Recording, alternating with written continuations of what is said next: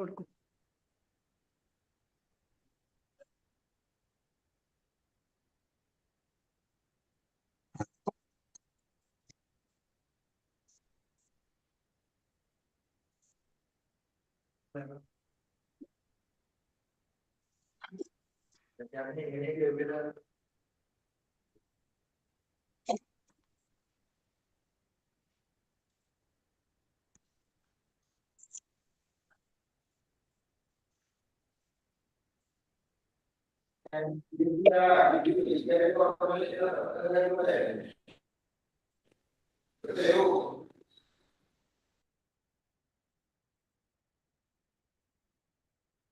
ഹരേ കൃഷ്ണ.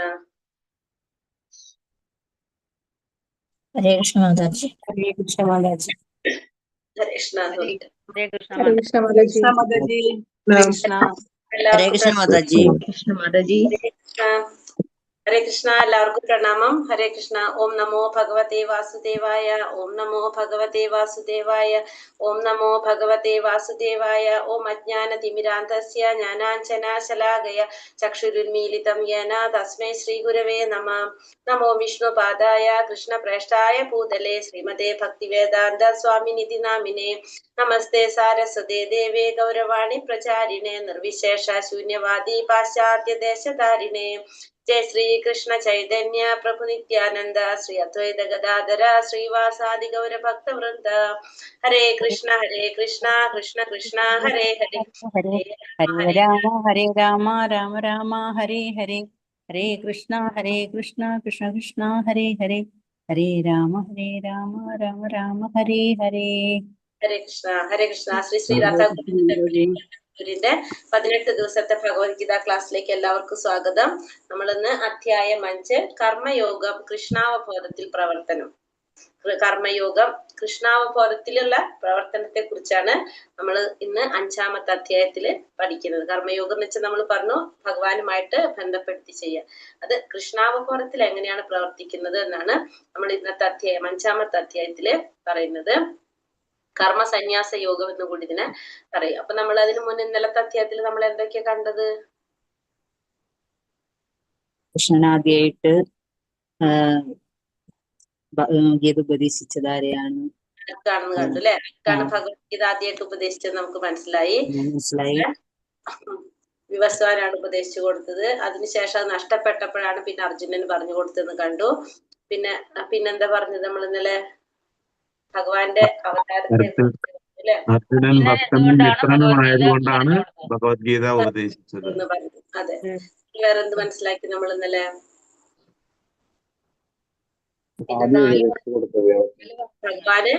ഭഗവാന്റെ അവതാരത്തെ പറ്റി പറയുന്നു. അതെ, ഭഗവാന്റെ അവതാരത്തെ കുറിച്ച് പറയുന്നുണ്ട്. പിന്നെന്താ പറഞ്ഞത്? സന്ദർഭത്തിലാണ് ഭഗവാൻ അവതരിക്കുന്നത്. എപ്പോഴൊക്കെയാണ് ഭഗവാൻ അവതരിപ്പിക്കുന്നത്, എന്തിനാണ് ഭഗവാൻ അവതരിക്കുന്നത് എന്നൊക്കെ നമ്മൾ കണ്ടു അല്ലെ?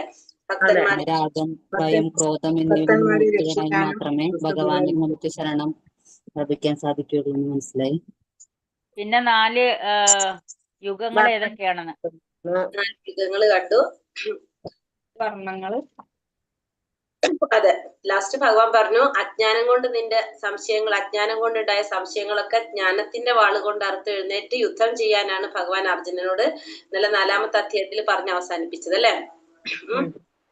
രാഗം, ഭയം, ക്രോധം ഇവ നീക്കി ഭഗവാനിൽ അടുക്കണം. രാഗം, ഭയം, ക്രോധം ഈ 3 കാര്യങ്ങൾ നമ്മൾ മാറ്റണം എന്ന് പറഞ്ഞു. ഇന്നത്തെ ക്വസ്റ്റ്യൻസ് കണ്ടോ എല്ലാവരും? ആൻസർ ചെയ്തോ? കിട്ടുന്നുണ്ടല്ലോ? ഇല്ല, ക്വസ്റ്റ്യൻസ് കിട്ടിയില്ല കേട്ടോ. കിട്ടില്ല. കിട്ടാത്തവരൊന്ന് നമ്പർ ഇട്ടോളൂ കേട്ടോ. മാതാജിക്ക് മെസ്സേജ് ഇട്ടു, ഇന്നലെ ഇട്ടു, ഇന്ന് രാവിലെ ഇട്ടു. പക്ഷെ ക്വസ്റ്റ്യൻസ് കിട്ടിയില്ല. മാതാജി എന്തെങ്കിലും തിരക്കിലേക്ക്? ആര് കേട്ടത്? മിനി മാതാജി കേട്ടത്? ആരും കേട്ടത്? മിനി മാതാജിക്ക് എന്തെങ്കിലും തിരക്കിലായിരിക്കാം ചിലപ്പോ. എല്ലാവരും ഈ പറഞ്ഞ പോലെ വീട്ടിലെ കാര്യങ്ങൾ ചെയ്യുന്നതിന്റെ ഇടയിൽ ഒരു സർവീസ് ആയിട്ടല്ലേ ഇതൊക്കെ ചെയ്യുന്നത്. ജോലിയുള്ളവരുണ്ട്, അങ്ങനെയൊക്കെ ഉണ്ടല്ലോ. അപ്പൊ അതുകൊണ്ട് ചിലപ്പോ സംഭവിക്കുന്നുണ്ട്. ലക്ഷ്മി മാതാജിക്ക് ഇട്ടാലും അവരും ക്വസ്റ്റ്യൻ ഇടുന്നുണ്ട്. അത് ഓരോ മെന്റർമാരുണ്ടല്ലോ ഓരോരുത്തർക്ക്. അപ്പൊ അവര് കാരണം നമുക്ക് വിളിച്ചത് ലക്ഷ്മി മാതാജി ആയതുകൊണ്ട് ആ നമ്പർ സേവ് ചെയ്തിരുന്നു. മതി മതി മതി. അവരാണിപ്പം ഞാൻ ക്വസ്റ്റ്യൻ ഇടുമ്പോ ആൻസർ നോക്കുന്നത്. അത് നിങ്ങൾക്ക് ഓരോ മെന്റർമാരുണ്ട്, അപ്പൊ അവർക്ക് അയച്ചു കൊടുത്താൽ എനിക്ക് അയച്ചെന്ന പ്രോബ്ലം എന്ന് വെച്ചിട്ടുണ്ടെങ്കിൽ എനിക്ക് എല്ലാവരും നോക്കാൻ പറ്റാത്തത് കൊണ്ടാണ് 10 നമ്പർ ഓരോരുത്തർക്ക് കൊടുത്തിരിക്കുന്നത്. കുഴപ്പമില്ല. എങ്ങാനും നിങ്ങൾക്ക് ആൻസർ കിട്ടണില്ലെങ്കിൽ എനിക്ക് മെസ്സേജ് ഇടണം, അപ്പൊ ഞാൻ അവരോട് പറഞ്ഞോണ്ട്. അപ്പൊ എനിക്ക് അറിയാൻ പറ്റുള്ളൂ നിങ്ങളുടെ മെന്റർ ആരാന്ന് വെച്ചാൽ അവരോട് ഞാൻ പറഞ്ഞു. അപ്പൊ നമ്മൾ ഇന്നലെ ഒരു കാര്യം കൂടി ഞാൻ പറയാം. ഇന്നലെ നമ്മൾ പറഞ്ഞല്ലേ ഭഗവാന്റെ അവതാരത്തെ കുറിച്ച് പറഞ്ഞു. ജസ്റ്റ് നിങ്ങൾക്ക് ഒന്ന് അറിയാൻ വേണ്ടിട്ട് പറയുന്നതാണ്. രാവിലെ ഭാഗവത ക്ലാസ്സിൽ കയറിയോ? മംഗളാരത്തിൽ കേറി എങ്ങനെയുണ്ടായിരുന്നു? നല്ലായിരുന്നു. ചെറുപ്പത്തിലും നല്ലതായിരുന്നു. ഇന്ന് ഫുൾ എനർജറ്റിക്കാ. ഇന്ന് എനർജറ്റിക് അല്ലേ? ഹരേ കൃഷ്ണ. അപ്പൊ കയറിക്കോളൂ. കയറാൻ പറ്റുന്ന ഉറക്കം വരുമായിരിക്കുന്നു, പക്ഷെ ഉറക്കം വന്നില്ല. ഇല്ല അല്ലേ? നാഗേശ്വരി മാതാജിനെ ഞാൻ കണ്ടു. ഞാൻ ഭാഗവതം അറ്റൻഡ് ചെയ്തു. പരീക്ഷത്തിന്റെ ഗുണങ്ങളെയൊക്കെ കുറിച്ച് പറയണൊക്കെ കേട്ട്. നല്ലതല്ലേ ക്ലാസ് കേട്ടിപ്പോ നിങ്ങൾക്ക് തോന്നില്ലേ നല്ലതാണെന്നുള്ളത്? രാവിലെ നല്ലതാണ്. കയറിക്കോളൂ കേട്ടോ. രാവിലെ കയറാൻ സാധിക്കുന്നവര് മംഗളാരതിയിലും കയറാം. അപ്പൊ കയറുമ്പോ നിങ്ങൾക്ക് ഒരു കാര്യം കൂടി നിങ്ങൾക്ക് ചെയ്യാം. നമ്മുടെ പേരിന്റെ ഫ്രണ്ടിൽ നിങ്ങൾ അറ്റൻഡൻസ് പറയുന്നത് കേട്ടിട്ടുണ്ടാവും അല്ലെ? കയറിയവർ കേട്ടിട്ടുണ്ടാവും. മലയാളം ഇത്ര അറ്റൻഡൻസ്, ഓരോ ലാംഗ്വേജിന്റെ 12 ലാംഗ്വേജ് ഉണ്ട് അതിൽ. ഞാനിപ്പോ ഞാൻ എടുക്കുന്നതുകൊണ്ട് എനിക്ക് നിങ്ങളുടെ പേരുകൾ കുറെ പേര് ഇപ്പൊ പഠിച്ചു തുടങ്ങിയോണ്ട് ഞാൻ നിങ്ങളെ പേര് കൗണ്ട് ചെയ്ത് കൊടുക്കുന്നുണ്ട്. ഇത്ര പേര് നമ്മളെ മലയാളത്തില് വേറെ കയറിയിട്ടുണ്ടെന്ന് പറഞ്ഞിട്ട്.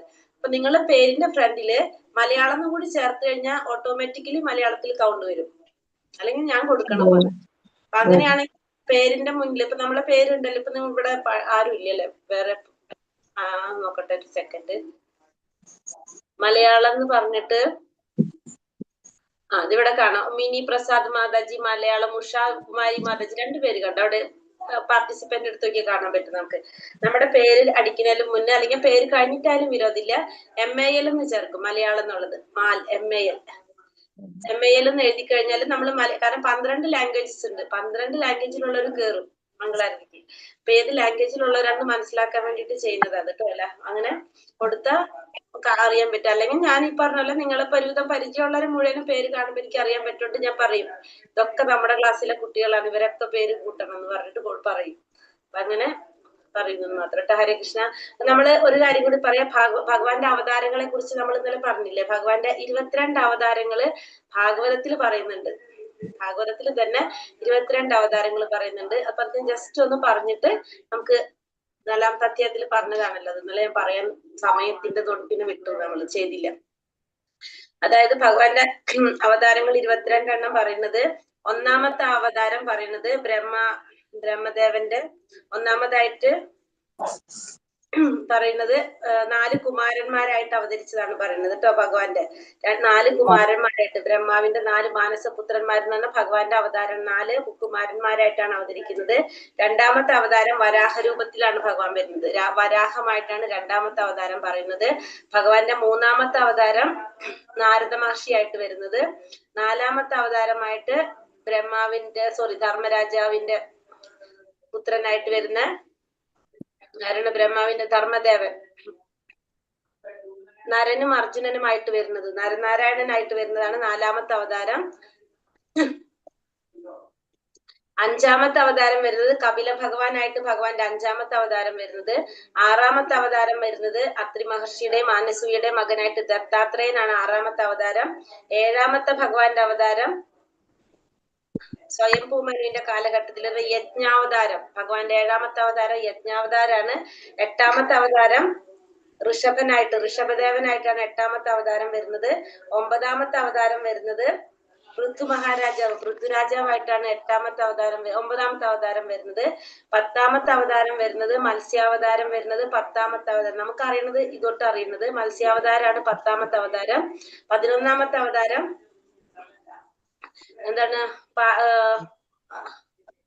11ാമത്തെ അവതാരം ആമയുടെ രൂപത്തിൽ വരുന്നത് കൂർമാവതാരാണ് 11ാമത്തെ അവതാരം. 12ാമത്തെ അവതാരം ധന്വന്തിരി അവതാരം. 12ാമത്തത് ധന്വന്തിരി അവതാരം. 13ാമത്തെ അവതാരം മോഹിനി രൂപത്തില്. 14ാമത്തെ അവതാരം നരസിംഹാവതാരം. 15ാമത്തെ അവതാരം വാമനാവതാരം. പിന്നെ വന്നിട്ട് 16ാമത്തെ അവതാരം ഋഗുപതി, അതായത് പരശുരാമനാണ് 16ാമത്തെ അവതാരം. 17ാമത്തെ അവതാരം വ്യാസദേവനായിട്ട് വന്നു. 18ാമത്തെ അവതാരം ശ്രീരാമനായിട്ട് വന്നു. 19ാമത്തെ അവതാരം 20ും 19ാമത്തെ ബലരാമനും 20ാമത്തത് ശ്രീകൃഷ്ണനായിട്ട് ഭഗവാൻ സ്വയം വന്നു. 21ാമത്തെ അവതാരം ശ്രീബുദ്ധൻ വന്നു. 22ാമത്തെ അവതാരത്തിൽ ഇനി വരാനിരിക്കുന്നതാണ് കൽക്കി അവതാരം. അതായത് പറയുന്ന 2 യുഗങ്ങളുടെ സംയോജനം. അതായത് ലാസ്റ്റ് സമയത്ത് വരുന്നത് വിഷ്ണുശയുടെ പുത്രനായിട്ട് അവതരിക്കും എന്നാണ് പറയുന്നത്. വിഷ്ണുശയ എന്നാണ് അച്ഛന്റെ പേര്. അവരുടെ പുത്രനായിട്ട് അവതരിക്കും എന്നാണ് പറഞ്ഞിരിക്കുന്നത്, കൽക്കിയായിട്ട്. ഇങ്ങനെയാണ് 22 അവതാരം നമ്മുടെ ഭാഗവതത്തിൽ പറയുന്നത്. അപ്പൊ നമുക്കറിയുന്നത് 10 അവതാരത്തെ കുറിച്ച് അറിയുന്നുള്ളൂ. ജയദേവ കവികൾ പറഞ്ഞ 10 അവതാരത്തെ കുറിച്ച്. അതെന്ന് വെച്ചിട്ടുണ്ടെങ്കിൽ ഇത്രയും അവതാരത്തിന് നമ്മളിപ്പോ ഒരു ഇഷ്ടമുള്ള കുറച്ച് അവതാരങ്ങളെ പറഞ്ഞിരിക്കുന്നു മാത്രമേ ഉള്ളൂ. ഇത് ആദ്യത്തെ 5 ഒന്നുകൂടെ പറയോ? ഏത് ആദ്യത്തെ 5 അവതാരങ്ങൾ ഒന്നുകൂടെ പറയോ? മറിച്ച് ഇനി അത് നോക്കിയാൽ മതി, ക്ലാസ്സിലൊന്ന് നിങ്ങൾ നോക്കിയാൽ മതി. കാരണം നമ്മള് ക്ലാസ് പോകില്ല ലേറ്റ് ആണ്. ഞാൻ ജസ്റ്റ് ഒന്ന് പറഞ്ഞൊന്ന് മാത്രമേ ഉള്ളൂ. ഈ റെക്കോർഡിന്റെ ഫസ്റ്റ് ഭാഗം ഒന്ന് കേട്ടാൽ മതി അപ്പൊ കേട്ടോ, എഴുതിയെടുക്കണം എന്നുള്ളവര്.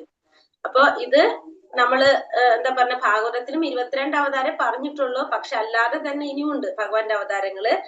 എന്താ തിരമാല പോലെ അവതാരങ്ങളാണ് ഭഗവാനുള്ളത്. അത്രയും ഭഗവാന്റെ അവതാരങ്ങളുണ്ട്. അപ്പൊ നമുക്കതൊന്നും എത്രയാന്ന് പോലും നമുക്ക് പറയാൻ പറ്റില്ല. ഓരോ കാര്യങ്ങൾ വരുമ്പോ ഭഗവാൻ ഇങ്ങനെ അവതരിച്ചുകൊണ്ടിരിക്കും. ഭഗവാൻ പിന്നെ ചെയ്യാലോ, ഭഗവാനല്ല അല്ലെ, ഭഗവാൻ അവതാരം ഇങ്ങനെ എടുക്കുന്നതാണ് കേട്ടോ. അപ്പൊ അത് ഭാഗവതം ക്ലാസ്സിൽ നിങ്ങൾ ഇരിക്കുമ്പോൾ നിങ്ങൾക്ക് അത് കുറെ കാര്യങ്ങൾ മനസ്സിലാക്കാൻ സാധിക്കും. നമുക്ക് ഭഗവാനെ കുറിച്ചല്ല അതിൽ പറയുന്നത് മുഴുവനും. അപ്പൊ അത് ഇന്നലെ ഞാൻ നമ്മളെ അവതാരങ്ങളെ കുറിച്ച് പറഞ്ഞു. അപ്പൊ ഇതിനൊക്കെ കാറ്റഗറി ചെയ്തിട്ട് 6 ആക്കി തിരിച്ചിട്ടുണ്ട്. അത് നമ്മൾ 2ാമത്തെ ലെവലിൽ പഠിക്കും. അപ്പൊ അവിടെ കുറച്ചും കൂടി പറഞ്ഞു പോകാം നമുക്ക് ഭഗവത്ഗീതയിൽ തന്നെ.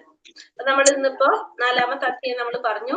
അങ്ങനെ ഭഗവാൻ അർജുനനോട് പറഞ്ഞത് അജ്ഞാനം കൊണ്ടുണ്ടായ സംശയങ്ങളെ ജ്ഞാനത്തിന്റെ വാള് കൊണ്ടറുത്ത് എഴുന്നേറ്റ് യുദ്ധം ചെയ്യൂ എന്നാണ് ഭഗവാൻ ഇവിടെ അർജുനനോട് പറഞ്ഞു നിർത്തിയത് അല്ലെ. ഇനി 5ാമത്തെ അധ്യായത്തില് കർമ്മയോഗം കൃഷ്ണാവബോധത്തില് പ്രവർത്തനം, അതാണ് 5ാമത്തെ അധ്യായത്തിൽ പറഞ്ഞത്. അപ്പൊ നമുക്ക് കർമ്മം ചെയ്യണം എന്നുള്ളത് മനസ്സിലായി. കർമ്മം ചെയ്ത് പരിശുദ്ധയായി കഴിഞ്ഞാൽ മാത്രമേ നമുക്ക് ഭഗവാനെ കുറിച്ച് മനസ്സിലാക്കാനായിട്ടും അറിയാനായിട്ടും സാധിക്കുള്ളൂ. അതിന് നമുക്കൊരു ഗുരുവിനെ സ്വീകരിക്കണം. ഗുരുവിലൂടെ ആയിരിക്കണം നമ്മള് ഭഗവാനെ കുറിച്ചുള്ള ജ്ഞാനം നേടാനായിട്ട് നമ്മൾ ശ്രമിക്കേണ്ടത്. ആ ഗുരുവിനെ വിനയത്തോടെ ഗുരുവിൽ നിന്ന് ചോദിച്ച് മനസ്സിലാക്കണം എന്നൊക്കെ നമ്മൾ പഠിച്ചു അല്ലെ. അതൊക്കെ നമുക്ക് മനസ്സിലായി. അപ്പൊ ഗുരുവിനെ നമ്മൾ ആരും അന്വേഷിച്ചു പോകേണ്ട ആവശ്യം വരില്ല. നമ്മൾ അങ്ങനെ ആഗ്രഹിക്കുമ്പോ ഭഗവാനെ കുറിച്ച് അറിയണം എന്ന് നമുക്ക് ആഗ്രഹിക്കുമ്പോ നമ്മള് മുന്നിലേക്ക് വന്ന് നിൽക്കും ആര്? ഗുരു. അങ്ങനെയാണ് നമുക്ക് അതിനുള്ള യോഗ്യത ഉണ്ടാവും. നമുക്കൊരു ഗുരു വേണം എന്ന് നമ്മൾ ആത്മാർത്ഥമായിട്ട് ആഗ്രഹിച്ചു വരുമ്പോ ഭഗവാനെ കുറിച്ച് അറിയേണ്ട സമയമായി, കറക്റ്റ് ആയിട്ട് നമുക്ക് പരിശുദ്ധരായിക്കൊണ്ടിരിക്കുകയാണ്, നമുക്കപ്പൊ ഒരു ഗുരു വേണം എന്ന് മനസ്സിലാകുമ്പോ നമ്മൾ ആരും ഗുരുവിനെ തേടി നമ്മൾ പോകേണ്ടി വരില്ല ആരും. നമ്മൾ അതിന് വേണ്ടിയിട്ട് നമ്മളെ മുന്നിലേക്ക് ഗുരു വരും എന്നാണ് പറയുന്നത്. അങ്ങനെയാണ് നമ്മൾ കേട്ടിട്ടുള്ളത്. അങ്ങനെ തന്നെയാണ് നമ്മൾക്ക് അനുഭവങ്ങൾ. അങ്ങനെയാണ് നമ്മൾ അല്ലെങ്കിൽ വിചാരിക്കും ഈ ഭഗവാനെ കുറിച്ച് അറിയാൻ നമ്മൾ എവിടെ നിന്ന് ഗുരുവിനെ കണ്ടുപിടിക്കുന്നൊക്കെ നമ്മൾ വിചാരിക്കും. അങ്ങനെ ഒന്നും നമുക്ക് വേണ്ടി വരില്ല. അങ്ങനെ പിന്നെ ഇത്രേ ഉള്ളൂ. നമ്മൾ ആ ഗുരുവിനെ കുറിച്ച് നമ്മൾ മനസ്സിലാക്കി പിന്നെ ആ ഗുരുവിനോട് നമ്മൾ ഭഗവാനെ കുറിച്ച് അറിയാനായിട്ട്. കാരണം ഓൾറെഡി ആ ഗുരുക്കന്മാർ എങ്ങനെയുള്ളവരായിരിക്കും? ആത്മസാക്ഷാത്കാരം നേടിയ വ്യക്തികളായിരിക്കും ഗുരുക്കന്മാര്. നമ്മളെ പോലുള്ളവരല്ലല്ലോ ഗുരു എന്ന് പറയുന്നത്. ഗുരുവിന് കുറെ യോഗ്യതകളൊക്കെ ഉണ്ട്. അത്രയും യോഗ്യതകളുള്ള വ്യക്തിയായിരിക്കണം ഗുരു. അത് ആ സമയമാകുമ്പോ തന്നെത്താനെ ഓട്ടോസെറ്റ് ആണ്, അതൊക്കെ നടക്കും. നമ്മുടെ ആഗ്രഹങ്ങൾക്കനുസരിച്ചാണ് ഭഗവാൻ ഒക്കെ നമുക്ക് തരുന്നത്. ഹരേ കൃഷ്ണ. അപ്പൊ നമുക്ക് മനസ്സിലായോ ഇതുവരെ? നമ്മൾ ഇനി ക്ലാസ്സിലേക്ക് പോകാം.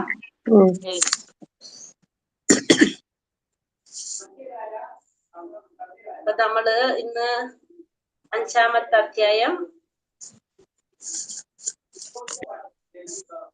കൃഷ്ണാവബോധത്തിൽ, കർമ്മയോഗം കൃഷ്ണാവബോധത്തിൽ പ്രവർത്തനം. 1ാമത്തെ ശ്ലോകത്തിലേക്ക് പോകാം. അർജുന ഉവാച. ഹരേ കൃഷ്ണ. ഓം നമോ ഭഗവതേ വാസുദേവായ. അർജുന ഉവാച. സന്യാസം കർമ്മണാം കൃഷ്ണ പുനർയോഗം ച സംസസി യശ്രയ ഏതയോരേകം തന്മേ ബ്രൂഹി സുനിശ്ചിതം.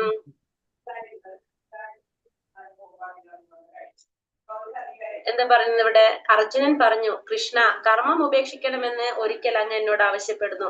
പിന്നെ ഭക്തി പുരസരം കർമ്മം അനുഷ്ഠിക്കാൻ പറയുന്നു. ഈ രണ്ടിലും വെച്ച് ശ്രേയസ്കരമായത് ഏതാണെന്ന് ദയവായി എനിക്ക് പറഞ്ഞു തരാമോ? അപ്പൊ ഒന്ന് എന്നോട് എന്ത് പറഞ്ഞു, എന്നോട് കർമ്മം ഉപേക്ഷിക്കണം എന്ന് പറഞ്ഞു. പിന്നെ എന്നോട് അങ്ങ് എന്ത് പറഞ്ഞു, കർമ്മം അനുഷ്ഠിക്കണം എന്ന് പറഞ്ഞു അല്ലെ. അപ്പൊ ഇത് രണ്ടിലും വെച്ചിട്ട് ഏറ്റവും ശ്രേയസ്കരമായത് ഏതാണോ അത് എനിക്കൊന്ന് പറഞ്ഞു തരൂ എന്നാണ്. ഒരു മിനിറ്റ്, ലിങ്ക് ഇട്ടിട്ടില്ലേ?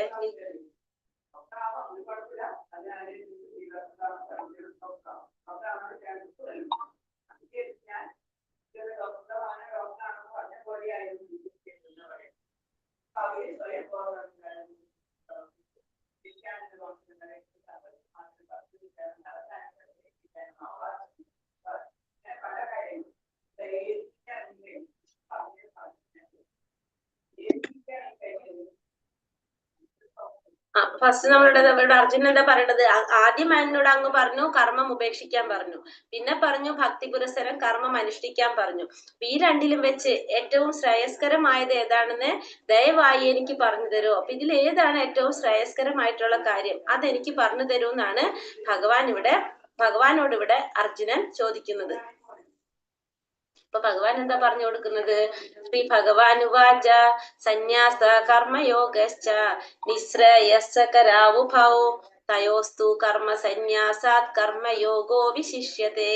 ശ്രീ ഭഗവാൻ പറഞ്ഞു, കർമ്മ പരിത്യാഗവും ഭക്തിയുതമായ കർമ്മവും മുക്തിക്ക് നല്ലത് തന്നെ. അപ്പൊ നമ്മൾ മുക്തി നേടാനായിട്ട്, മോക്ഷം നേടണമെങ്കിൽ കർമ്മം പരിത്യജിക്കുന്നതും പിന്നെ ഭക്തിയുതമായ കർമ്മം ചെയ്യുന്നതും ഒന്ന് കർമ്മം പരിത്യജിക്കുക, കർമ്മം പരിത്യാഗവും രണ്ടാമത്തത് ഭക്തിയുതമായ രീതിയിൽ കർമ്മം ചെയ്യുക. അത് രണ്ടും മുക്തിക്ക് നല്ലത് തന്നെയാണ്. എങ്കിലും ഭക്തിയുതമായ സേവന കർമ്മമാണ് കർമ്മത്യാഗത്തെക്കാൾ ഉത്തമം. കർമ്മം ത്യജിക്കുന്നതിനേക്കാളും നല്ലത് എന്ത് തന്നെയാണ്? ഭക്തിയുതമായ സേവന കർമ്മം. ഭക്തിപൂർവം ഭഗവത് സേവനം ചെയ്യുന്നതാണ് ഭക്തിപൂർവം സേവന കർമ്മം ചെയ്യുക. ഭക്തിയുതപൂർവ്വം ഭഗവത് സേവനം ചെയ്യുന്നത് തന്നെയാണ് എന്ത്? കർമ്മം ത്യജിക്കുന്നതിനേക്കാൾ നല്ലത്. കർമ്മം ത്യാഗത്തിനേക്കാളും നല്ലത് എപ്പോഴെന്താണ്? ഭക്തിപൂർവ്വം സേവനം കർമ്മം ചെയ്യുന്നതാണ്. കർമ്മം സേവനമായിട്ട് ചെയ്യുന്നത് തന്നെയാണ് കർമ്മം ത്യജിക്കുന്നതിനേക്കാൾ നല്ലതെന്ന് ഭഗവാൻ ഇവിടെ അർജുനനോട് പറഞ്ഞു കൊടുക്കുന്നത്. അപ്പൊ ഇവിടെ ഒരു കഥ പറയാണ്. അപ്പൊ അതിനെ കുറിച്ചിട്ട് നമുക്കൊരു കഥ പറയുന്നതാണ്. അതായത് നമ്മൾ കർമ്മം ഫലം ആഗ്രഹിച്ചുകൊണ്ട് കർമ്മം ചെയ്യുമ്പോൾ നമ്മൾ അറിയാതെ ചെയ്യുന്ന തെറ്റുകൾക്ക് പോലും നമുക്ക് എന്ത് അനുഭവിക്കേണ്ടി വരും? ശിക്ഷ അനുഭവിക്കേണ്ടതായിട്ട് വരും. അതാണ് ഭഗവാന് സമർപ്പിച്ചുകൊണ്ട് കർമ്മം ചെയ്യുന്നതും അല്ല. നമ്മൾ ഇന്നലെ ചോദിച്ചു അല്ലെ, രണ്ടിന്റെ വ്യത്യാസം എന്താണെന്ന്. നമ്മളിപ്പോ കർമ്മത്തിന്റെ ഫലം ആഗ്രഹിച്ചുകൊണ്ട് കർമ്മഫലം ആഗ്രഹിച്ചുകൊണ്ട് ചെയ്യുന്നു. അപ്പൊ പുണ്യം മാത്രം കിട്ടാൻ വേണ്ടിയിട്ട് നമുക്ക് പുണ്യകർമ്മങ്ങൾ ചെയ്യാം. അപ്പൊ അതിന്റെ വ്യത്യാസവും ഭഗവാന് സമർപ്പിക്കുന്നതും തമ്മിലുള്ള വ്യത്യാസം എന്താണെന്ന് വെച്ചാൽ ഇപ്പൊ ഇവിടെ നമുക്ക് മനസ്സിലാക്കും ഈ കഥയിലൂടെ. ഇവിടെ നൃഗൻ എന്ന് പറഞ്ഞൊരു രാജാവിന്റെ കഥയാണ്. നൃഗരാജാവ്. ആ നൃഗരാജാവ് അദ്ദേഹം എന്താണ്?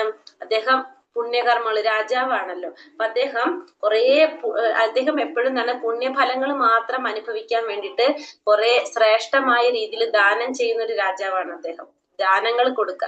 അത് അദ്ദേഹം ചെയ്യുന്നത് വെച്ചാല് പശുവിന് ദാനം, ഗോദാനം ഏറ്റവും മഹത്തായ ദാനാണ് അല്ലെ, ഗോക്കള ദാനം കൊടുക്കുക എന്ന് പറഞ്ഞത്. അപ്പൊ ശ്രേഷ്ഠരായിട്ടുള്ള, അതിന് യോഗ്യരായിട്ടുള്ള ബ്രാഹ്മണന്മാരെ കണ്ടുപിടിച്ച് ഈ ബ്രാഹ്മണന്മാർക്ക് എന്ത് ചെയ്യും? പശുക്കളെ ദാനം കൊടുക്കും. പശു എന്ന് പറഞ്ഞാൽ നല്ല ലക്ഷണമൊത്ത പശുക്കളെ ഇദ്ദേഹം ദാനമായിട്ട് ആർക്ക് കൊടുക്കും? ഈ ബ്രാഹ്മണന്മാർക്ക് കൊടുക്കും. അങ്ങനെ ഒരു ദിവസം 1000 പശുക്കാണ് അദ്ദേഹം ദാനം കൊടുക്കുന്നത്.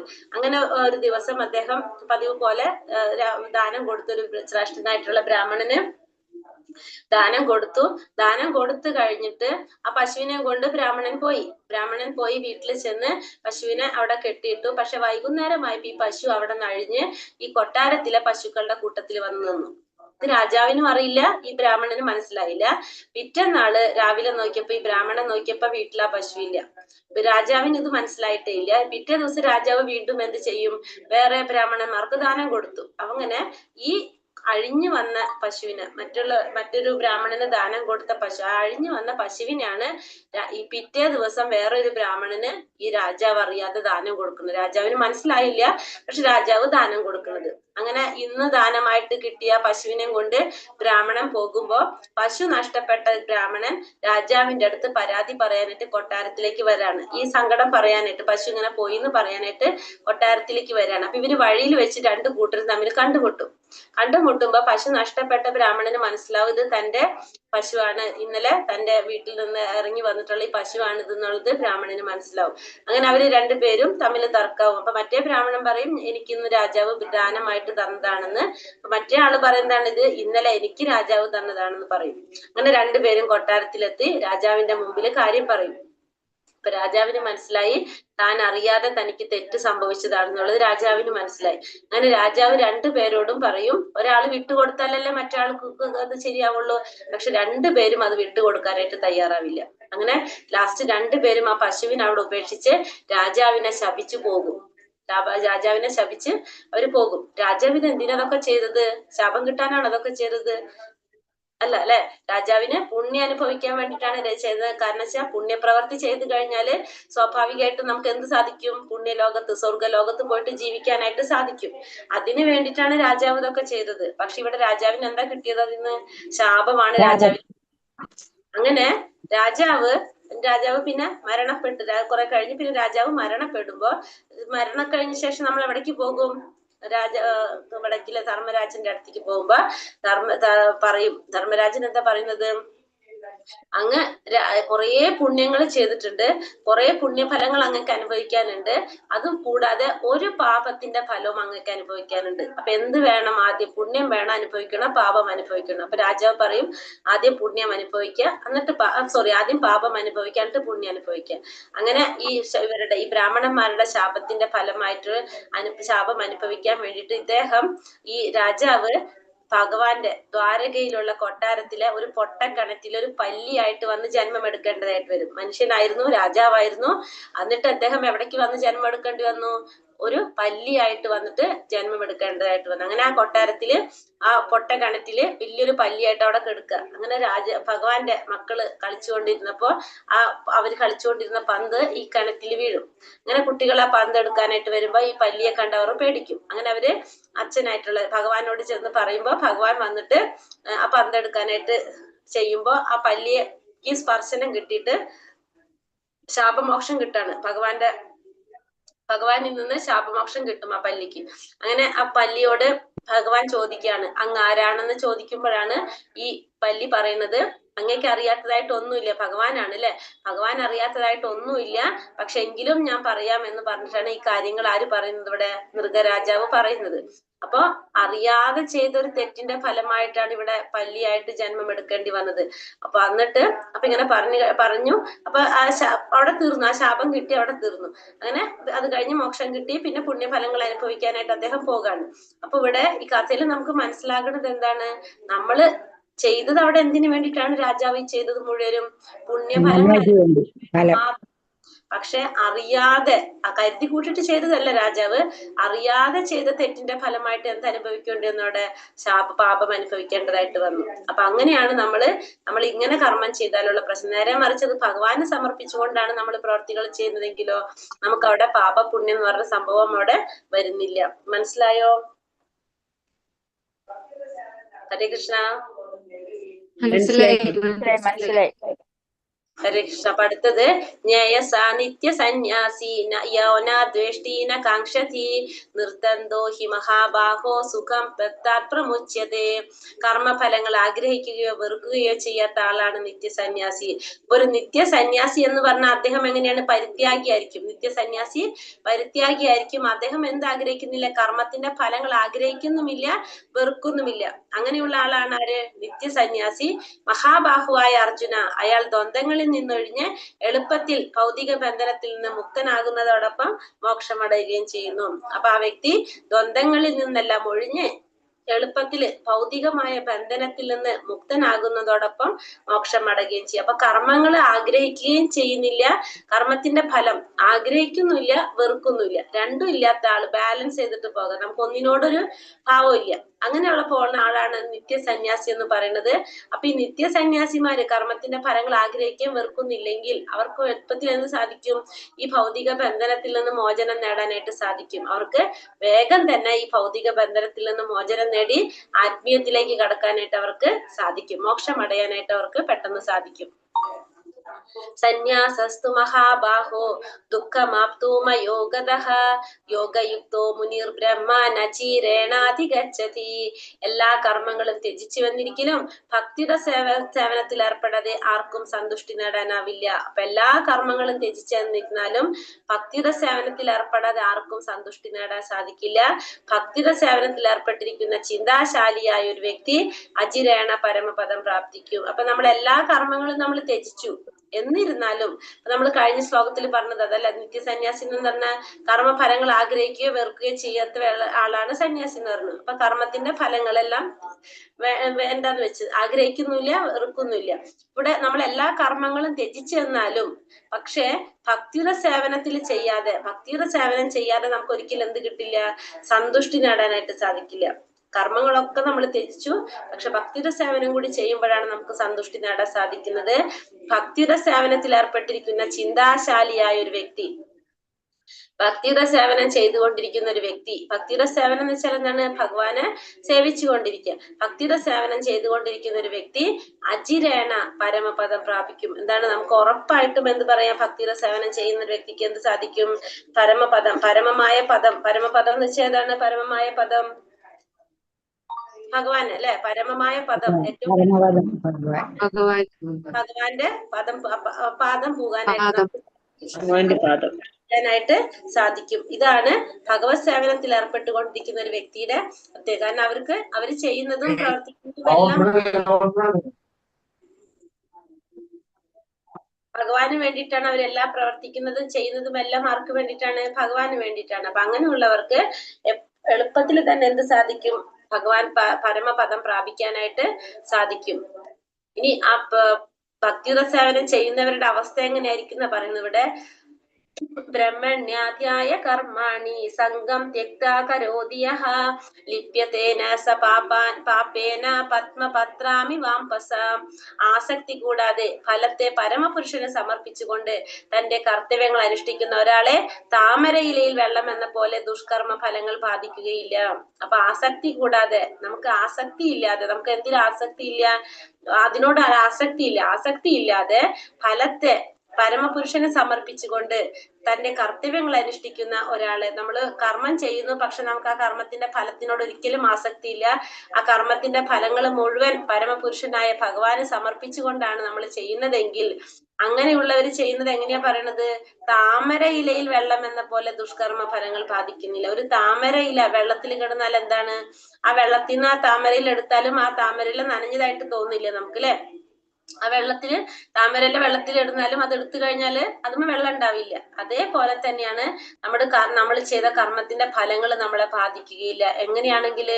ഭക്തിയുടെ സേവനം ചെയ്തുകൊണ്ടിരിക്കുകയാണെങ്കിൽ, നമ്മള് കൃഷ്ണാവബോധത്തിൽ പ്രവർത്തിച്ചു കൊണ്ടിരിക്കുകയാണ്, ഭക്തിയുടെ സേവനം ചെയ്തുകൊണ്ടിരിക്കുന്ന ഒരു വ്യക്തിയാണെങ്കിൽ ആ വ്യക്തി കർമ്മത്തിന്റെ ഫലങ്ങൾ ഭഗവാന് സമർപ്പിച്ചുകൊണ്ട് കർമ്മങ്ങൾ ചെയ്യുകയാണെങ്കിൽ ആ വ്യക്തിയെ എങ്ങനെയാണ് പറഞ്ഞ, താമരയിലെ വെള്ളത്തിലിട്ടാലും നനയാത്തത് പോലെ കർമ്മത്തിന്റെ ഫലങ്ങൾ ഒരിക്കലും, ദുഷ്കർമ്മ ഫലങ്ങളൊന്നും ബാധിക്കില്ല. നമ്മൾ ചെയ്യുന്ന കർമ്മത്തിന്റെ ഫലങ്ങൾ, ദുഷ്കർമ്മവും നല്ല കർമ്മവും ഏതായാലും ആ കർമ്മത്തിന്റെ ഫലങ്ങളൊന്നും നമ്മളെ ബാധിക്കുകയില്ല എന്നാണ് പറയുന്നത്. നല്ല എക്സാമ്പിൾ അല്ലെ? താമരയിലെ വെള്ളത്തിലിട്ടാലും നനയാതെ, നനയുന്നില്ല. അത് വെള്ളത്തിൽ എവിടത്തെ സമയം കിടന്നാലും താമരയിൽ എടുത്തു കഴിയുമ്പോ എങ്ങനെ സംഭവിക്കാം? ഉണങ്ങിയിരിക്കുന്ന പോലെ ആയിരിക്കും, അത് വെള്ളം ഉണ്ടാവില്ല അതിൽ. അതേപോലെ തന്നെയാണ് എന്ത് ചെയ്യുന്നത്? ഭക്തിയുടെ സേവനം ചെയ്യുന്നവരുടെ അവസ്ഥ. അവര് ചെയ്യുന്ന കർമ്മത്തിന്റെ ഫലങ്ങളൊന്നും അവരെ ബാധിക്കുന്നില്ല എന്നാണ് പറയുന്നത്. യുക്ത കർമ്മ ഫലം ത്യക്ത ശാന്തി മാപ്നോതി നൈഷ്ടകീം അയുക്ത കാമകാരേണ ഫലോ സക്തോനിപത്യത്തെ ഫലേ സക്തോനിപത്യത്തെ. സ്ഥിരചിത്തനായ ഒരു ഭക്തൻ കർമ്മഫലങ്ങളെല്ലാം എനിക്ക് അർപ്പിക്കുന്നത് കൊണ്ട് സമ്പൂർണ്ണ സമാധാനം നേടുന്നു. എന്നാൽ ഈശ്വരിൽ നിന്ന് വേർപെട്ട് നിൽക്കുന്നവൻ തന്റെ കർമ്മഫലങ്ങളിൽ അത്യാഗ്രഹിയാകിയാൽ അതിൽപ്പെട്ട് വലയുന്നു. അപ്പോ സ്ഥിരചിത്തനായ ഒരു ഭക്തൻ കർമ്മത്തിന്റെ ഫലങ്ങളെല്ലാം ഭഗവാന് സമർപ്പിക്കുന്നത് കൊണ്ട് സമ്പൂർണ്ണ സമാധാനം നേടാനായിട്ട് സാധിക്കും. അപ്പോ ഒരു ഭക്തൻ സ്ഥിരചിത്തനാണെങ്കിൽ ആ ഭക്തന് കർമ്മത്തിന്റെ ഫലങ്ങളെല്ലാം ആർക്ക് സമർപ്പിക്കുകയാണ്? ആ ഭക്തൻ ഭഗവാന് സമർപ്പിക്കുകയാണ്. സ്ഥിരചിത്തനായ ഒരു ഭക്തൻ ചെയ്യുന്ന കർമ്മത്തിന്റെ ഫലങ്ങളെല്ലാം ഭഗവാന് സമർപ്പിക്കുന്നത് കൊണ്ട് സമ്പൂർണ്ണ സമാധാനം നേടാൻ ആ ഭക്തന് സാധിക്കും. എങ്ങനെയാണ് സാധിക്കുന്നത്? നമ്മൾ കർമ്മത്തിന്റെ ഫലം ആഗ്രഹിക്കുന്നുണ്ടെങ്കിൽ നമുക്ക് എന്താണ്, അപ്പൊ നമുക്ക് ഭയങ്കര ടെൻഷൻ ആയിരിക്കും. എന്താവും ഇപ്പൊ നമ്മളൊരു എക്സാം വിചാരിക്കാം. അപ്പൊ നമ്മളൊരു എക്സാം എഴുതി, ആ എക്സാമിന്റെ റിസൾട്ട് നമ്മൾ പ്രതീക്ഷിച്ചിരിക്കുമ്പോൾ നമുക്ക് ഭയങ്കര ടെൻഷൻ ആയിരിക്കും അല്ലെ. കാരണം പാസ്സാവോ, അതല്ലെങ്കിൽ മാർക്ക് എത്ര പെർസെന്റേജ് മാർക്ക് ഉണ്ടാവോ എന്നുള്ള ടെൻഷൻ ആയിരിക്കും നമ്മുടെ ഉള്ളിൽ ഉണ്ടാവുക. പക്ഷെ അതിന്റെ റിസൾട്ട് നമുക്ക് വിഷയമില്ല എന്ന് വിചാരിക്കും. നമ്മളെ വെറുതെ എക്സാം എഴുതിയതാണ്, അതിന്റെ ഫലം നമ്മൾ നോക്കുന്നില്ലെങ്കിൽ നമുക്ക് അതിനെ കുറിച്ച് ഒരു ചിന്തയേ ഉണ്ടാവില്ല. ഫലം ആഗ്രഹിക്കുമ്പോഴാണ് നമുക്ക് എന്തുണ്ടാവുന്നത്, സമാധാനം പോകുന്നത്. അല്ലെങ്കിൽ നമുക്ക് അവിടെ എന്തില്ല, സമാധാനത്തിന്റെ ഒരു പ്രോബ്ലം വരുന്നില്ല. കാരണം നമ്മൾ അത് ചിന്തിക്കുന്നേ ഇല്ല. അതേപോലെയാണ് ചെയ്യുന്ന കർമ്മങ്ങളെല്ലാം ഭഗവാനെ സമർപ്പിച്ചുകൊണ്ട് ചെയ്യുകയാണെങ്കിൽ നമുക്ക് എന്താണ്, സമാധാനമായിരിക്കും. കാരണം കർമ്മത്തിന്റെ ഫലം നമ്മൾ ആഗ്രഹിക്കുന്നില്ല. നമ്മൾ ആ കർമ്മം ചെയ്തു, ഭഗവാനെ സമർപ്പിച്ച് ചെയ്തു. അപ്പൊ അതിന്റെ ഫലം എന്താണെന്ന് പോലും നമ്മൾ നോക്കുന്നില്ല. അപ്പൊ നമുക്ക് സമാധാനമായിരിക്കും. നേരെ മറിച്ച് ആ റിസൾട്ട് നമ്മൾ പ്രതീക്ഷിക്കുന്നുണ്ടെങ്കിലോ നമുക്ക് ടെൻഷൻ ആയിരിക്കും, സമാധാനം ഉണ്ടാവില്ല. സമ്പൂർണ്ണ സമാധാനം ഒരിക്കലും കിട്ടാൻ പോകുന്നില്ല. എന്നാൽ ഈശ്വരനിൽ നിന്ന് വേർപെട്ട് നിൽക്കുന്നവൻ തന്റെ കർമ്മഫലങ്ങളിൽ അത്യാഗ്രഹി ആയതുകൊണ്ട് അതിൽ വലയുന്നു. അപ്പൊ ഈശ്വരനിൽ നിന്ന് വേർപെട്ട് തിരിയുന്ന ഒരു വ്യക്തിയാണെങ്കിൽ ആ വ്യക്തി എന്താണ്, കർമ്മത്തിന്റെ ഫലങ്ങളിൽ അത്യാഗ്രഹിയായിരിക്കും ആ വ്യക്തി. അങ്ങനെയുള്ള വ്യക്തിക്ക് എന്ത് സംഭവിക്കും, അതിൽപ്പെട്ട് വലയും. ഇതാണ് എന്തിന്റെ പ്രത്യേകത, കൃഷ്ണാവബോധത്തിൽ പ്രവർത്തിക്കുന്ന ഒരു വ്യക്തിയുടെയും ശാരീരിക ബോധത്തിൽ നിൽക്കുന്ന ഒരു വ്യക്തിയുടെയും തമ്മിലുള്ള വ്യത്യാസം. കൃഷ്ണാവബോധത്തിലുള്ള ഒരു വ്യക്തി ചെയ്യുന്ന കർമ്മങ്ങളെല്ലാം ഭഗവാനെ സമർപ്പിച്ചുകൊണ്ട് ഭഗവാനെ സന്തോഷിപ്പിക്കാൻ ചെയ്യുന്നത് കൊണ്ട് ആ വ്യക്തിക്ക് എന്തായിരിക്കും, സമ്പൂർണ്ണ സമാധാനമായിരിക്കും. കാരണം ഒന്നിന്റെയും ഫലം ആ വ്യക്തി ആഗ്രഹിക്കുന്നില്ല, ഭഗവാനെ സന്തോഷിപ്പിക്കാൻ വേണ്ടി മാത്രമാണ് ആ വ്യക്തി കർമ്മം ചെയ്യുന്നത്. നേരെ മറിച്ച് ശാരീരിക ബോധത്തിലിരിക്കുന്ന വ്യക്തി ചെയ്യുന്ന മുഴുവൻ കർമ്മം ആർക്ക് വേണ്ടിയിട്ടാ ചെയ്യുന്നത്, ശാരീരിക ബോധത്തിലിരിക്കുന്ന വ്യക്തി ചെയ്യുന്ന കർമ്മങ്ങളെല്ലാം ആർക്ക് വേണ്ടിയാ ചെയ്യുന്നത്, അവരവർക്ക് വേണ്ടി, അവരവർക്ക് വേണ്ടിയിട്ടില്ല, അവനവന് വേണ്ടിയിട്ടാണ് കർമ്മം ചെയ്യുന്നത്. അപ്പൊ നമ്മുടെ ഇന്ദ്രിയങ്ങളെ സന്തോഷിപ്പിക്കാൻ വേണ്ടിയിട്ടാണ് നമ്മൾ കർമ്മം ചെയ്യുന്നത്. അപ്പൊ ഓട്ടോമാറ്റിക്കലി നമുക്ക് ഒരിക്കലും സമാധാനം ഉണ്ടാവില്ല. കാരണം നമുക്ക് അതിനെ കുറിച്ചുള്ള ടെൻഷൻ ആയിരിക്കും. നമ്മളിപ്പോ പറഞ്ഞ പോലെ പരീക്ഷ എഴുതുന്ന പോലെ, അപ്പൊ നമുക്ക് അതിന്റെ ഫലം ആഗ്രഹിച്ചുകൊണ്ടുള്ള ടെൻഷൻ ആയിരിക്കും നമുക്ക് ഉണ്ടാവുക. അപ്പൊ ശാരീരിക ബോധത്തിലുള്ള ഒരു വ്യക്തി ചെയ്യുന്ന പ്രവർത്തികളെല്ലാം സ്വന്തം ഇന്ദ്രിയങ്ങളെ സന്തോഷിപ്പിക്കാൻ വേണ്ടിയിട്ടായിരിക്കും ചെയ്യുന്നത്. അതുകൊണ്ട് സമാധാനം കിട്ടില്ല. പക്ഷെ കൃഷ്ണാവബോധത്തിലുള്ള വ്യക്തി ചെയ്യുന്ന പ്രവർത്തികളെല്ലാം ഭഗവാനെ സന്തോഷിപ്പിക്കാൻ, ഭഗവാന്റെ ഇന്ദ്രിയങ്ങളെ സന്തോഷിപ്പിക്കാൻ ചെയ്യുന്നത് കൊണ്ട് തന്നെ സമ്പൂർണ്ണ സമാധാനം ആർക്ക് ലഭിക്കും, കൃഷ്ണാവബോധത്തിലുള്ള വ്യക്തിക്ക് ലഭിക്കും. ന കർത്തൃത്വം ന കർമാണി ലോകസ്യ സൃജതി പ്രഭുഃ ന കർമ്മഫല സംയോഗം സ്വഭാവസ്തു പ്രവർത്തതേ. ശരീരസ്ഥനായ ആത്മാവ് തന്റെ ശരീരമാകുന്ന പുരത്തിന്റെ ഉടമസ്ഥൻ കർമ്മങ്ങൾ ഉണ്ടാക്കുന്നില്ല, കർമ്മം ചെയ്യാൻ പ്രേരിപ്പിക്കുന്നില്ല, കർമ്മഫലങ്ങൾ ഉണ്ടാക്കുന്നതുമില്ല. പ്രകൃതിയിലെ ത്രിഗുണങ്ങളാണ് ഇവയ്ക്കെല്ലാം കാരണം. ശരീരസ്ഥനായ ആത്മാവ് തന്റെ ശരീരമാകുന്ന പുരത്തിന്റെ ഉടമസ്ഥൻ കർമ്മങ്ങൾ ഉണ്ടാക്കുന്നില്ല, കർമ്മം ചെയ്യാൻ പ്രേരിപ്പിക്കുന്നില്ല, കർമ്മഫലങ്ങൾ ഉണ്ടാക്കുന്നതുമില്ല. ആരാണ് ഇതൊക്കെ ചെയ്യുന്നത്, പ്രകൃതിയുടെ ത്രിഗുണങ്ങൾ, ഭൗതിക പ്രകൃതിയുടെ ത്രിഗുണങ്ങളാണ് ഇതിനെല്ലാത്തിനും കാരണം. ആത്മാവ് ഒന്നും ചെയ്യുന്നില്ല. ശരീരമാകുന്ന പുരത്തിന്റെ ഉടമസ്ഥനാണ് ആത്മാവ്. ശരീരസ്ഥനായ ആത്മാവ്, ആ ശരീരത്തിന്റെ ഉടമസ്ഥൻ കർമ്മം ചെയ്യുന്നില്ല, കർമ്മങ്ങൾ ഉണ്ടാക്കുന്നില്ല, കർമ്മം ചെയ്യാൻ പ്രേരിപ്പിക്കുന്നില്ല, കർമ്മത്തിന്റെ ഫലങ്ങൾ ഉണ്ടാക്കുന്നതുമില്ല. ഇതൊന്നും ആര് ചെയ്യുന്നില്ല, ജീവാത്മാവ് ചെയ്യുന്നില്ല. ഇതൊക്കെ ആരാ ചെയ്യുന്നത്, ത്രിഗുണങ്ങളാണ് ചെയ്യുന്നത്. പക്ഷെ ജീവാത്മാവ് എന്താ വിചാരിക്കുന്നത്, താനാണ് ഇതൊക്കെ ചെയ്യണമെന്നാണ് ജീവാത്മാവിന്റെ ധാരണ. പക്ഷെ ജീവാത്മാവല്ല ചെയ്യുന്നത്, ആരാണ്, ഭൗതിക പ്രകൃതിയുടെ ത്രിഗുണങ്ങളാണ് എല്ലാത്തിനും കാരണം. തത്ബുദ്ധയാ തദാത്മാന തന്നിഷ്ഠ തത്പരായണഃ ഗച്ഛന്ത്യാ പുനരാവൃത്തിം ജ്ഞാന നിർധൂത കൽമഷഃ.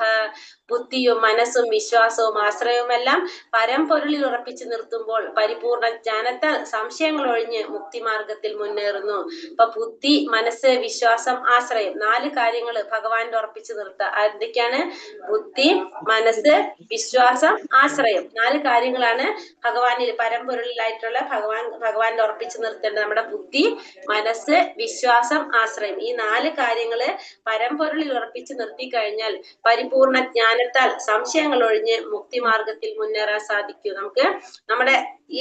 നമ്മൾക്ക് എന്ത് കിട്ടും, പരിപൂർണ ജ്ഞാനം നേടാൻ നമുക്ക് സാധിക്കും. നമ്മളെ ബുദ്ധി, മനസ്സും വിശ്വാസവും ആശ്രയവും ഭഗവാനിൽ ഉറപ്പിച്ചാല് നമ്മുടെ സംശയങ്ങളെല്ലാം നീങ്ങി മുക്തിമാർഗത്തിലേക്ക് മുന്നേറാൻ നമുക്ക് ഓരോരുത്തർക്കും സാധിക്കും. അപ്പൊ എന്തൊക്കെയാണ്, തത്ബുദ്ധയ തദാത്മാന തന്നിഷ്ഠ തത്പരായണ. അതാണ് പറഞ്ഞ ബുദ്ധി, മനസ്സ്, വിശ്വാസം, ആശ്രയം.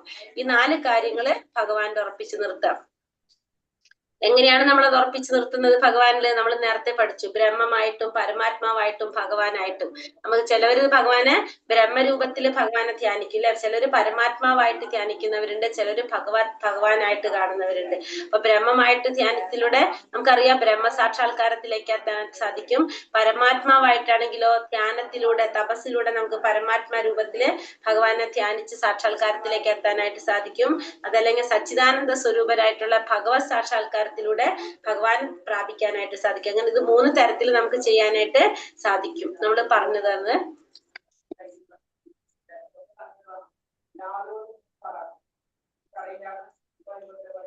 വിദ്യാ വിനയ സമ്പന്നേ ബ്രഹ്മണേ ഗവിഹസ്തിനി ശുനി ചൈവ ശപാകേ ച പണ്ഡിത സമദർശിനഃ. അറിവും വിനയമുള്ള ബ്രാഹ്മണനെയും പശുവിനെയും ആനയെയും നായിയെയും നായ് മാംസം ഭക്ഷിക്കുന്ന ചണ്ടാലനെയും സമദൃഷ്ടിയോടെയാണ് യഥാർത്ഥ ജ്ഞാനമുള്ളവരായ വിനയാന്വിതരായ പണ്ഡിതന്മാർ വീക്ഷിക്കുന്നത്. അറിവും വിനയമുള്ള ബ്രാഹ്മണനെ, പശുവിനെ, ആനയെ, നായയെയും നായ്മാംസം ഭക്ഷിക്കുന്ന ചണ്ടാലനെയൊക്കെ അവരെയൊക്കെ സമദൃഷ്ടിയോടെ കാണാൻ ആർക്ക് സാധിക്കും? യഥാർത്ഥ ജ്ഞാനമുള്ളവരായ അല്ലെങ്കിൽ വിനയാന്വിതരായ പണ്ഡിതന്മാർക്ക് സാധിക്കും. അപ്പൊ ഇവിടെ യഥാർത്ഥ ജ്ഞാനമുള്ളവരെന്ന് പറയുന്നത് ആരെയാണ് ഉദ്ദേശിക്കുന്നത്?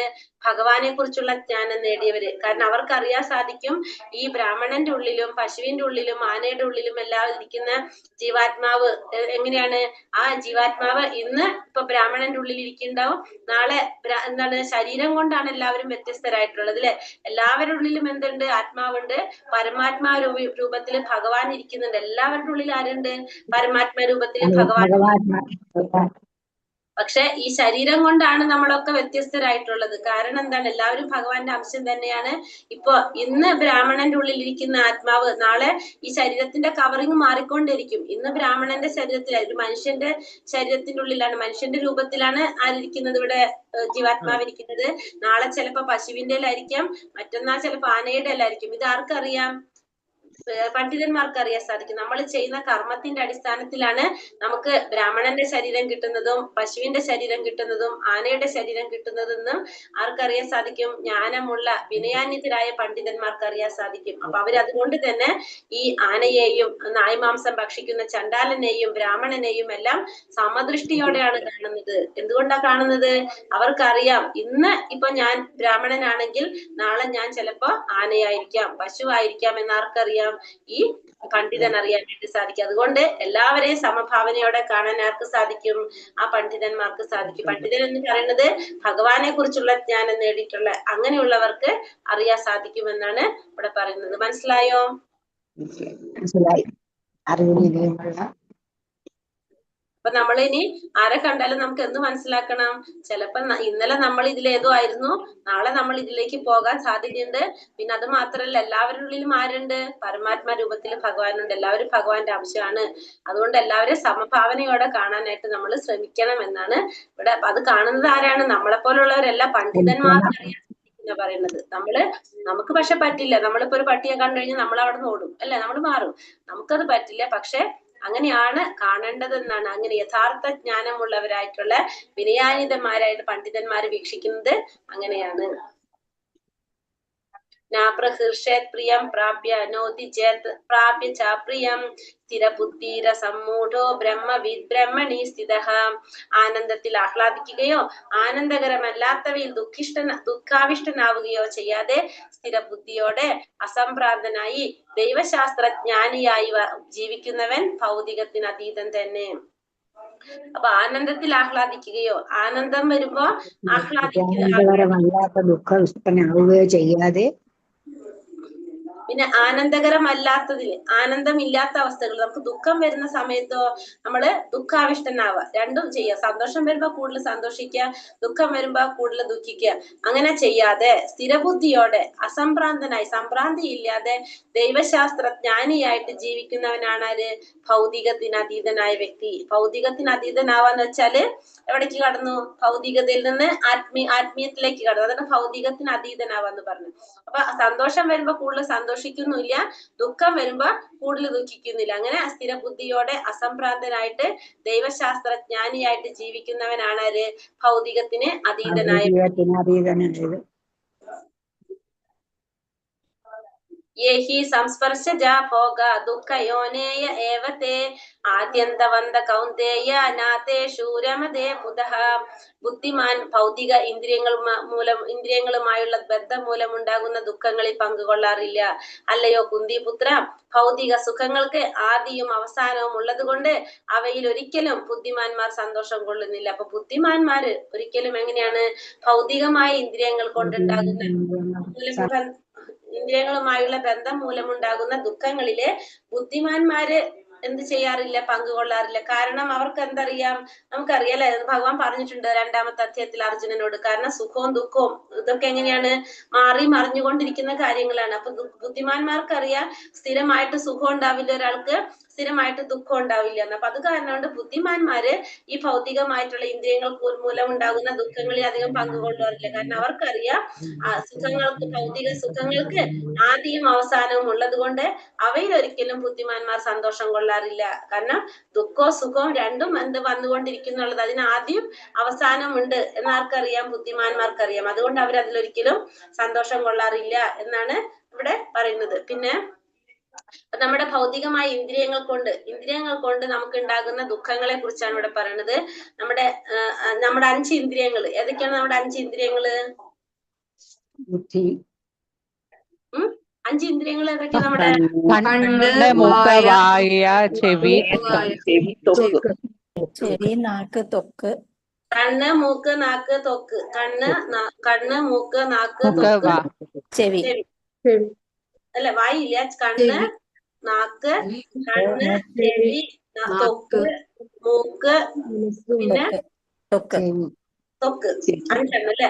അപ്പൊ 5 ഇന്ദ്രിയങ്ങൾ അതാണ്. നമ്മൾ ഈ 5 ഇന്ദ്രിയങ്ങൾ കൊണ്ട് നമുക്ക് ഉണ്ടാകുന്ന ദുഃഖങ്ങളാണ് നമുക്കിവിടെ ഒരു ഉദാഹരണത്തിലൂടെ നമുക്ക് പറഞ്ഞു തരുന്നത്, മനസ്സിലാക്കി തരുന്നത്. ഫസ്റ്റ് നമ്മളിവിടെ 5 പിക്ചർ കാണുന്നുണ്ട് അല്ലെ?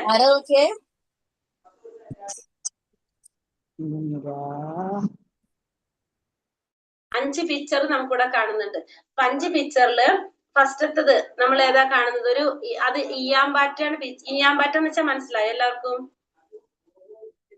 മഴ വരുമ്പോ മഴപ്പാറ്റ എന്ന് പറയും. ഐസുണ്ടാവില്ല, ഐസ് കുറവായിരിക്കും. മഴപ്പാറ്റ എന്ന് പറഞ്ഞാൽ അറിഞ്ഞില്ല, എല്ലാവർക്കും അറിയാലോ.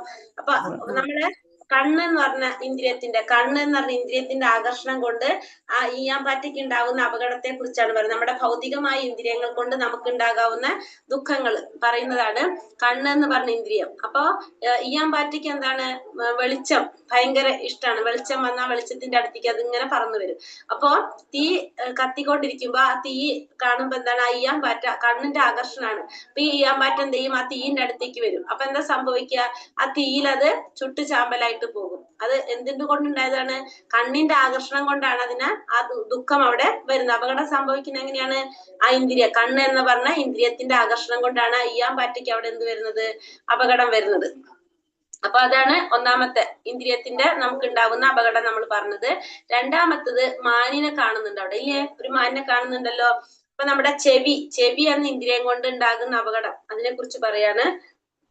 ഈ മാനിന് ഓടക്കുഴലിന്റെ നാദം ഭയങ്കര ഇഷ്ടമാണ്. ഓടക്കുഴലിന്റെ വിളി കേൾക്കുന്നത് ഭയങ്കര ഇഷ്ടമാണ്. അപ്പൊ വേടന്മാരെന്ത് ചെയ്യും? ഈ മാനിനെ പിടിക്കാൻ വേണ്ടിയിട്ട് ഓടക്കുഴലിൽ വിളിക്കും. ഓടക്കുഴലിന്റെ ഒച്ച ഉണ്ടാക്കുമ്പോ ആ മാൻ അത് ശ്രദ്ധയോടെ കേൾക്കാൻ അവിടെ നിൽക്കും, ശ്രദ്ധിച്ച് കേൾക്കാനായിട്ട് ഒരിക്കൽ തന്നെ നിൽക്കും. അപ്പൊ ഈ വേടന്മാർക്ക് എന്ത് ചെയ്യാൻ പറ്റും? ഇതിനെ പിടിക്കാനായിട്ട് സാധിക്കും. അപ്പൊ ഈ ചെവി എന്ന ഇന്ദ്രിയം കൊണ്ട് ഉണ്ടായ അപകടമാണ് അവിടെ ആർക്കുണ്ടാകുന്നത്? ഈ മാനിനുണ്ടാകുന്നത്. അപ്പൊ നമ്മുടെ ഇന്ദ്രിയം കൊണ്ട് നമുക്ക് ഉണ്ടാകുന്ന ദുഃഖം. മൂന്നാമത്തത് ഒരു ആനനെ കാണുന്നില്ലേ കുഴിയിൽ വീണ് കിടക്കുന്ന? ഈ പെണ്ണാനകളെ ട്രെയിനിങ് കൊടുത്തിട്ട് ഈ ആണാനകളെ പിടിക്കാൻ വേണ്ടിയിട്ട് പെണ്ണാനകൾക്ക് ട്രെയിനിങ് കൊടുക്കും. ഈ ആണാനകള് ത്വക്ക് എന്ന ഇന്ദ്രിയത്തിന്റെ ഒരു ആകർഷണ സ്പർശന സുഖത്തിന്റെ. അപ്പൊ ഈ ആണാനകൾ എന്താ ചെയ്യുക? ഈ പെണ്ണാനകളെ തൊട്ട് ഇങ്ങനെ പിന്നീ കൂടെ നടന്ന് ഇങ്ങനെ പോകും. അതാണ് അവര് ചെയ്യുക. അപ്പോ ഈ പെണ്ണാനകൾക്ക് ട്രെയിനിങ് കൊടുത്ത് പോണ വഴിയിൽ കുഴി കുഴിച്ചു വെക്കും. പക്ഷെ പെണ്ണാനകൾക്ക് ട്രെയിനിങ് കൊടുത്തുകൊണ്ട് അവർ എന്ത് ചെയ്യുക? കുഴി കവർ ചെയ്ത് പോകും. പക്ഷെ ഈ ആണാനകൾ നേരെ വന്ന് കുഴിയിൽ വീഴും. അപ്പൊ ഇവരെന്താണ്? കുഴിയൊന്നും നോക്കില്ല. അവർ ഈ പെണ്ണാനകളുടെ പിന്നാലെ തൊട്ട് ഇങ്ങനെ പോകാണ് ചെയ്യുക. തൊട്ടിരുമ്പ് ഇങ്ങനെ നടന്നു പോകാ ചെയ്യുക. അപ്പൊ ഈ ത്വക്ക് എന്ന ഇന്ദ്രിയം കൊണ്ടാണ് ആർക്ക് അവിടെ അപകടം സംഭവിക്കുന്നത്? ആണാനകൾക്ക് അപകടം സംഭവിക്കുക. അപ്പൊ മൂന്നാമത്തെ ഇന്ദ്രിയത്തിന്റെ ആണ് നമ്മൾ പറഞ്ഞത്. ഈ നാലാമത്തത് മൂക്ക്. മൂക്കിന്റെ ഗന്ധം നുകരാനായിട്ട് മൂക്ക്, അതായത് താമര പൂ വിരിയുമ്പോ നല്ല മണമായിരിക്കും അല്ലെ. അപ്പൊ ഈ വണ്ടുകള് അത് നുകരാൻ വേണ്ടിട്ട്, ആ മണം അത് അതിന് വേണ്ടിട്ട്, ആ സ്മെല്ല് കിട്ടാൻ വേണ്ടിട്ട് അവരെന്ത് ചെയ്യും, താമരപ്പൂവിൽ വന്നിരിക്കും. അപ്പൊ ഈ ഗന്ധം നുകരാൻ വേണ്ടിട്ട് താമരപ്പൂവിൽ വന്നിരുന്നിട്ട് വൈകുന്നേരം ആകുമ്പോ സൂര്യൻ അസ്തമിക്കുമ്പോ താമര എന്ത് ചെയ്യും, അത് ചുരുങ്ങും. അപ്പൊ എന്താ സംഭവിക്കുക, വണ്ട് അതിന്റെ ഉള്ളിൽ പെട്ടുപോകും. അപ്പൊ അതൊന്നില്ലെങ്കിൽ ചത്തുപോകും, അല്ലെങ്കിൽ അതിന്റെ ഉള്ളിൽ അത് പെട്ടുപോകാണ് ചെയ്യുന്നത്. അപ്പൊ ഇത് എന്താണ്, നമ്മുടെ മൂക്ക് എന്ന ഇന്ദ്രിയം കൊണ്ടാണ് ഇവിടെ ആർക്ക് അപകടം സംഭവിക്കുന്നത്, ലാസ്റ്റ് മത്സ്യത്തിന്റെ നാക്ക് നമുക്ക് എന്താണ്, രുചിക്ക് വേണ്ടിയിട്ട് നമ്മള് ഒരു മത്സ്യത്തിനെ പിടിക്കാൻ വേണ്ടി എന്ത് ചെയ്യും, വേറൊരു മത്സ്യത്തിനെ പിടിക്കാനായിട്ട് എന്താണ് പറയുന്നതിനെ, കുരുക്കിലിട്ടിട്ട് പിടിക്കാനായിട്ട് ഇടും. അപ്പൊ ഈ ആ മത്സ്യത്തിന്റെ രുചിക്ക് വേണ്ടിട്ട് എന്ത് ചെയ്യും, വേറെ മത്സ്യം വന്നിട്ട് അതിനെ പിടിക്കും. അപ്പൊ സ്വാഭാവികമായിട്ടും ഇവിടെ എന്താണ്, നാക്ക് നമ്മുടെ രുചിക്ക് വേണ്ടിയിട്ട്, നാവ് എന്ന ഇന്ദ്രിയത്തിന്റെ ആകർഷണം കൊണ്ടാണ് അവിടെ എന്തുണ്ടാകുന്നത്, ആ മത്സ്യം അപകടത്തില് പെടുന്നത്. അങ്ങനെ ഈ 5 ഇന്ദ്രിയങ്ങൾ കൊണ്ട് നമുക്ക് ഉണ്ടാകാവുന്ന അപകടങ്ങളാണ് ഈ പറഞ്ഞ 5 തരത്തിൽ നമുക്ക് ഉദാഹരണത്തിലൂടെ പറഞ്ഞു തരുന്നപ്പോൾ. നമ്മൾ ഇന്ദ്രിയങ്ങള് നമ്മൾക്ക് എന്തുണ്ടാകും, ഭൗതികമായ ഇന്ദ്രിയങ്ങളിലെ ആസ്വാദനത്തിന്റെ പിന്നാലെ നമ്മൾ പോയാല് നമുക്ക് അങ്ങനെ അപകടങ്ങൾ സംഭവിക്കുന്നുള്ളതാണ് നമുക്കിവിടെ മനസ്സിലാക്കി തരുന്നത്. മനസ്സിലായത്?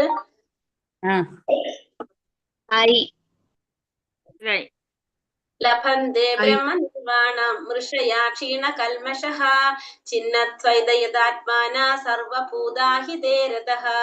സംശയങ്ങളിൽ നിന്ന് ഉത്ഭവിക്കുന്ന ദ്വന്ദ്ങ്ങൾക്ക് അതീതരായവരും മനസ്സ് തന്നിൽ തന്നെ വ്യാപരിക്കുന്നവരും എപ്പോഴും സകല ജീവികളുടെയും ക്ഷേമൈശ്വര്യ പ്രവർത്തനങ്ങളിൽ തിരക്കിട്ട് പ്രവർത്തിച്ചു കൊണ്ടിരിക്കുന്നവരും സർവ്വപാപങ്ങളിൽ നിന്ന് മോചനം നേടിയവരുമായിട്ടുള്ളവർ ബ്രഹ്മനിർവാണം പോകുന്നു. ഇവിടെ എന്താ പറഞ്ഞത്, സംശയങ്ങളിൽ നിന്ന് ഉത്ഭവിക്കുന്ന ദ്വന്ദ്ങ്ങൾക്ക് അതീതരായവര്. ഒന്നാമത്തെ കാര്യം പറഞ്ഞത് സംശയങ്ങളിൽ നിന്ന് ഉത്ഭവിക്കുന്ന ദ്വന്ദ്ങ്ങൾ. നമുക്ക് സംശയങ്ങൾ ഉണ്ടാകുമ്പോഴാണ് എന്ത് വരുന്നത്, ദ്വന്ദ്ങ്ങൾ വരുന്നത്. ദ്വന്ദ്ങ്ങൾ എന്ന് വെച്ചിട്ടുണ്ടെങ്കിൽ ഇതാണോ അതാണോ എന്ന് പറയുന്നതാണ് ദ്വന്ദ്ം. നമുക്ക് ഏതാണെന്ന് ഉറപ്പിക്കാൻ പറ്റാത്തത്.